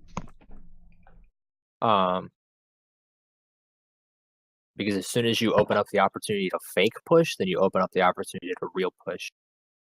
It's complicated, but it's something that we can go over when there's a map where it is viable. If we have the Cree comp, high ground is better. If we don't have Cree comp, high ground is better. Just because high ground is better, right? Okay, so high ground is better. Pretty much. You want to push low ground though, up until you get the cart into this space. And here's a key thing, right? Because this corner is one of the key engage angles of third point. It's where pretty much every team is going to try and take a fight. It's where we want to take fights. It's where they're going to want to take fights. It's where the defending team is always wanting to take fights, right? If we can do a clean push up to that point, we can use speed amp to get all the way out, right? Basically, like, cart has to be here. We can speed out and then re-engage through high ground. That is 110% viable. Like, we don't have to die there. It is totally possible to live this, especially if we bait them into low ground, right? Like, let's say we get it almost to this point and their tanks are like, let's jump on them and clobber them. And then they jump down off the high ground. Speed out. Speed out, speed out, speed out, speed out, speed out. As soon as the cart gets there, we're going to want to push high ground. Anyways, if their tanks just gave it up for free, that's like hallelujah. Rotate to high ground, wrap around to high ground. Their supports are going to have to drop. Yep. Right. As fast as possible. But we rotate this way and we go there. Right? Yeah. We just boom. So we save our amp for that situation specifically when we're pushing the cart there. Even if we don't get the cart quite to this corner, if we see the tanks try and drop on us, that's when we do it. Because especially if it's Winston or not Winston Diva, right? Like if it's a Reinhardt composition, that's when it comes. That's just a thing to remember, though, Really because good. I feel like as soon as people like fucking smell that, right, and they get better, you gotta be careful because their tanks literally can set up for this in short engage into it, you know. Yeah. And their supports too, if they know that's happening, that are playing high ground, can come here. Like this is high ground, right? Yeah. That's when that happens, especially if it's an Ana, like it's fucking Nate Hill, yeah. So just to keep in mind, if they, you know. If they are good and fast, they have a shorter path and they can easily set it up. But I don't expect people at our level to actually react that fast. I have a brain, but can you go like to lower the ground? Can you go through here? It is viable if the other team is running like a really high ground comp. You can do that for sure.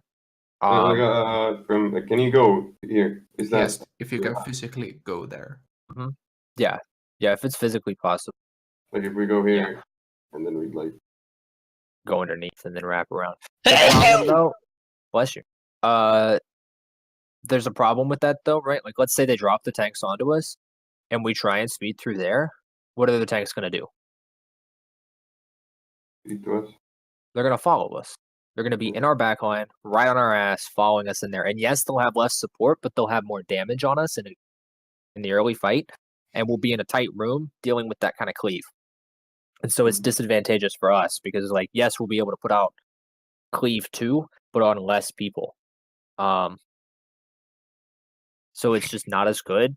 Plus, the thing is, we can play our Zen far back. We can play him back here while we push this, and then speed back out this way, and he'll be safe, and we'll be able to keep sight lines. Like everything will be clean here. Whereas if we're trying to rotate our Zen out this way, then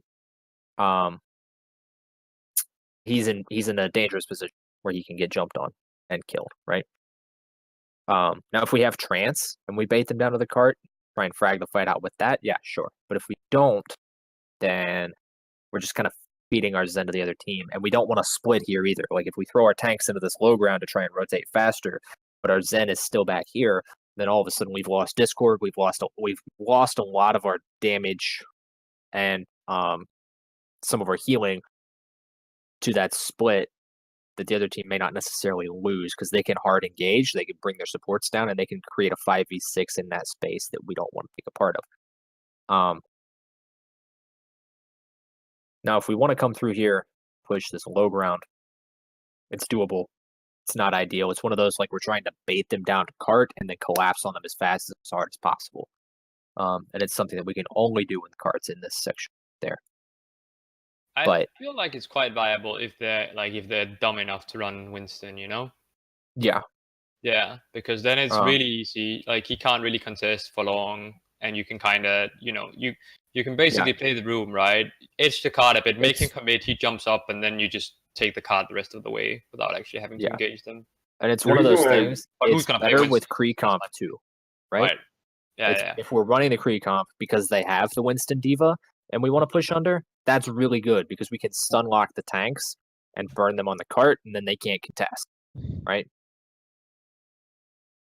The reason why I brought this up was because the fucking Hanamura, right? Of right push is like what people do every time, and they spend 4 minutes trying to push that top right and never getting through. I just want to have more options to try out if we can't push the high ground. Yeah. A lot of it's the ult economy too. A lot of times when teams can't push the high ground on Hanamura, it's because of the ult economy. And a lot of times here when they can't push the high ground, it's because of the ult economy as well. It's one of those, if you treat it like a proper 2CB, holy fuck, teaching how to do 2CB is more complicated than it should be. It's really not complicated at all. But if you treat it properly and you bank your ults and force the ults properly, then it's very, very, very doable. You just have to know how the ult economy works, right? Now, like, let's say that they're running this Reinhardt composition, right? Like, let's say they're running a Reinhardt comp and they're holding high ground and whatnot, and the card is already here. We can still take this low ground push and try and bait the tanks down and then do a wraparound, Oh yeah. right? We can still do that same play that we were trying to do on the first push, because either they'll come down and contest or they won't come down and contest, right? Because if the cart gets all the way up to here, because they've been trying to frag us out from high ground without contesting, which is viable, right? Let us push the cart while they kill our team. You know, once we're down to 3 or 4 players, then they drop onto us and wipe us and set on high ground, right? Once the cart gets there, we can push low ground. And then all of a sudden they have to drop on us because we can come low ground and just push it the rest of the way from behind Well, our the way shield. to go about that is like we kind of need to nestle the supports in here, right? Mhm. With me coming Yeah. out, and I can turn my shield so it's facing that way, right? Yep. Yeah. Yeah, and you just hard shield backwards, and our supports are playing safe in there. And if they try and drop on us, we've created a vision split where we can hit them from 2 sides. And I have a short angle too into the room. Yep. You just re-engage back into that space, and it's very clean. And that's super great for us, right? But if they do drop on us when the cart's up at this corner position, right? We do the same thing. We speed back out and we go high ground because their supports are Oh. going to have to rotate off of high ground, right? But if we are here, Jeff, right? If we push low ground and try to force them, I feel like, you know, now my team, fuck the pings, by the way, they're annoying when I'm drawing arrows. Yeah. Now my team is Understood. going to be in here, so we can actually make the rotation this way, the faster one. They can't actually cut it off. Totally doable as well. Yes. So basically, Because I feel like if almost avoid this space here. Pretty No. much, Go here or go here. kinda. Yeah. If we're coming in the first, like the cart just got capped and we're just pushing in, right? The cart's going to follow this route. That's when we play through the space, Yeah. more or less, because we're going to probably post our Zen up here so that we can get that clean retreat off and go high ground. But for the re-engage, there's not really any reason to come through there because you've taken away your options, right? Like, this space is objectively worse than this space because from this space on the low ground, you have one of 2 pushes. You can either go this way or you can go this way. They both leave you in the same place. This high ground space, you can go true high ground, you can go low ground, or you can go there. It's just better. And because you've got the glass, you can see the other team without taking damage and then decide what you want to do. Yes. And they can't engage into that space at all Yes. because of the glass. So yeah, there's not really any reason to ever be there. Plus, I if we're just trying to think- regroup and come back, coming back in this space is a lot safer than coming back in that space, right? That was just what I was about to say. That this is probably the biggest struggle, the area that we have. We keep eating around this area every time we might as well. I mean, who's played competitive and tried to walk through this courtyard back to third point and watched somebody get fragged because it's open? One of those things. It's like people say that there's nothing to learn from comp, but watching your team feed in comp tells you pretty clearly where you can and can't play. Also, feeding comp helps you learn. Yes. It's also That's true. what I do every day. Same. Do I'm ever- just the feeder. I'm not the spectator. That is the lifestyle I've chosen for myself. What? Any other questions on third point? No. Feeding comp, that is. Yes. All right. So technically, practice is over. So what we're gonna do is we're gonna take a vote. I think that it'll take us not very long to cover Hanamura. If you guys want to jump into that real quick, go over that very quickly. Or if you would like to go, then that is fine. But I'm gonna go pee because I've been drinking coffee like a madman and my bladder is about to explode. I'm totally many fine cups to go, of- but If you It's the real want, news. if you want to stay, leave a reaction to the message I just put in team chat. I'm gonna go pee. oof. Let's react with USSR logo for we stay. And the react Sticker is yes, and swastika is sequel no. is no. No. Okay, sequel is yes, swastika is no. Yes. I put both. I don't fucking have it, dude. Come on, man. You can react. Gotta Just get to one above though, you fucking retard. What? 10 min. Let me edit it a bit. 10 min, what carry? Come on. Hey guys, sorry, is now a good time, Jeff? Have we finished Dorado, by the way? Yeah, we Yeah. got Taking a Jeff's We had lots Jeff's of- gone PP. Okay, cool. Right, well, guys, I'm sorry. I sort of messed up.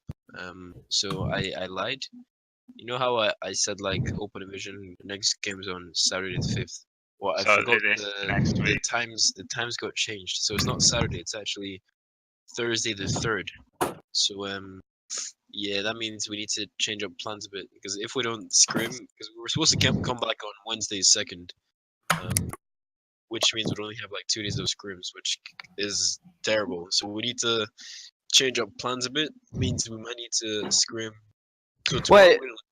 Yeah. Ace, does that mean that all OD games will be on Thursdays? Yeah. No. Just this week. So just This week. Okay. It's gonna be Thursday and Friday. Justice League. I just But completely forgot. It's Thursday already.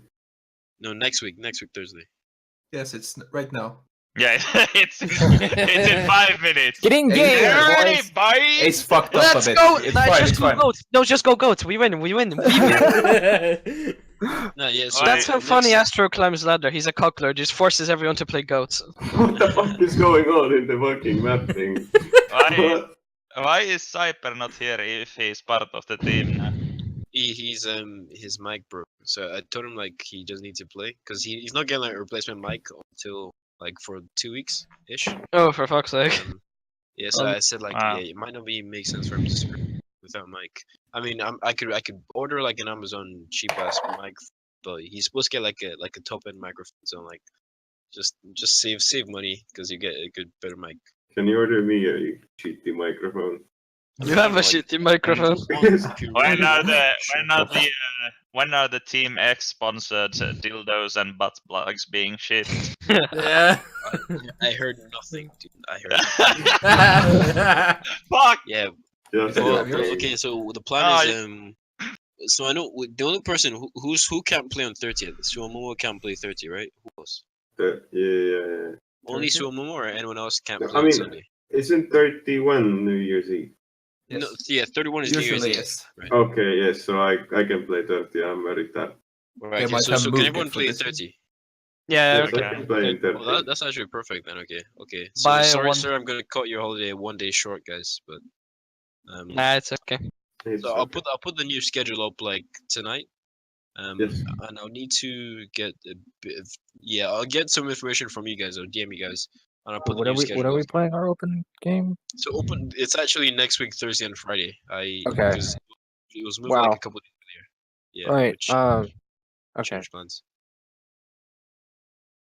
And I know like Thursday's game is gonna be. I think is it Thursday? 1 second, I'm just double check. Because I know we're playing against a team called Dedication, which is basically like we're just getting like difficult teams. Like it's not. It's a bit unfair because the other team get like some easy ass gold and silver teams, and we're getting like top ass like 4.2, 4.3. But what does it teams. matter? Like even if we can't compete against these teams in the fucking regular Yeah, season Give us more games, like time. yeah, Yeah, exactly. 100%. That's all. Just give I'm us more confident we can time. win, but it's just like having extra time is just to prep and stuff is just so much more beneficial. Ace, you gotta bribe the right people. I should bribe them. I don't know who's bribing anybody. My other team is getting nothing but golds, and Oh yeah, how's So your good, NA right? team? they're ranked second in open division Holy shit. because we Is keep it- getting forfeits and diamonds. Forfeits and diamonds. Where's That's what I my like. fucking diamonds? All I get is a Alright. fucking autistic 4.5k team. I'm actually gonna laugh if we make it to playoffs with that team. I will too. I'm not gonna lie, because we'll get clapped first game, like hands down. It won't even be a real game. Like, they're all like Masters players who haven't played since season 9. So Can we scream against them sometime?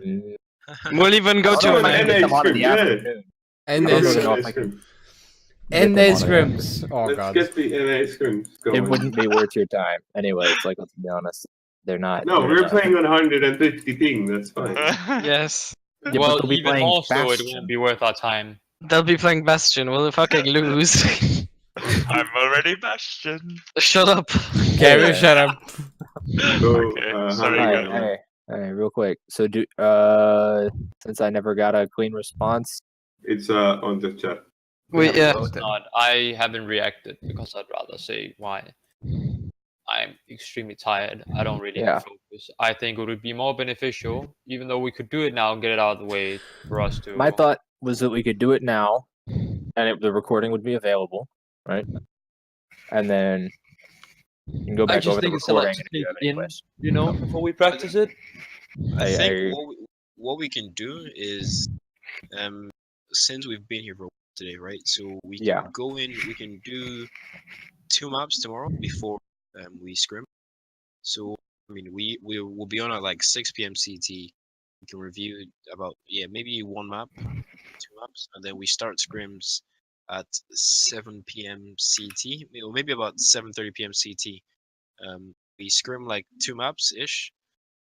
Jeff can probably review from like from POV on Arkhams, and I can review from the other team POV.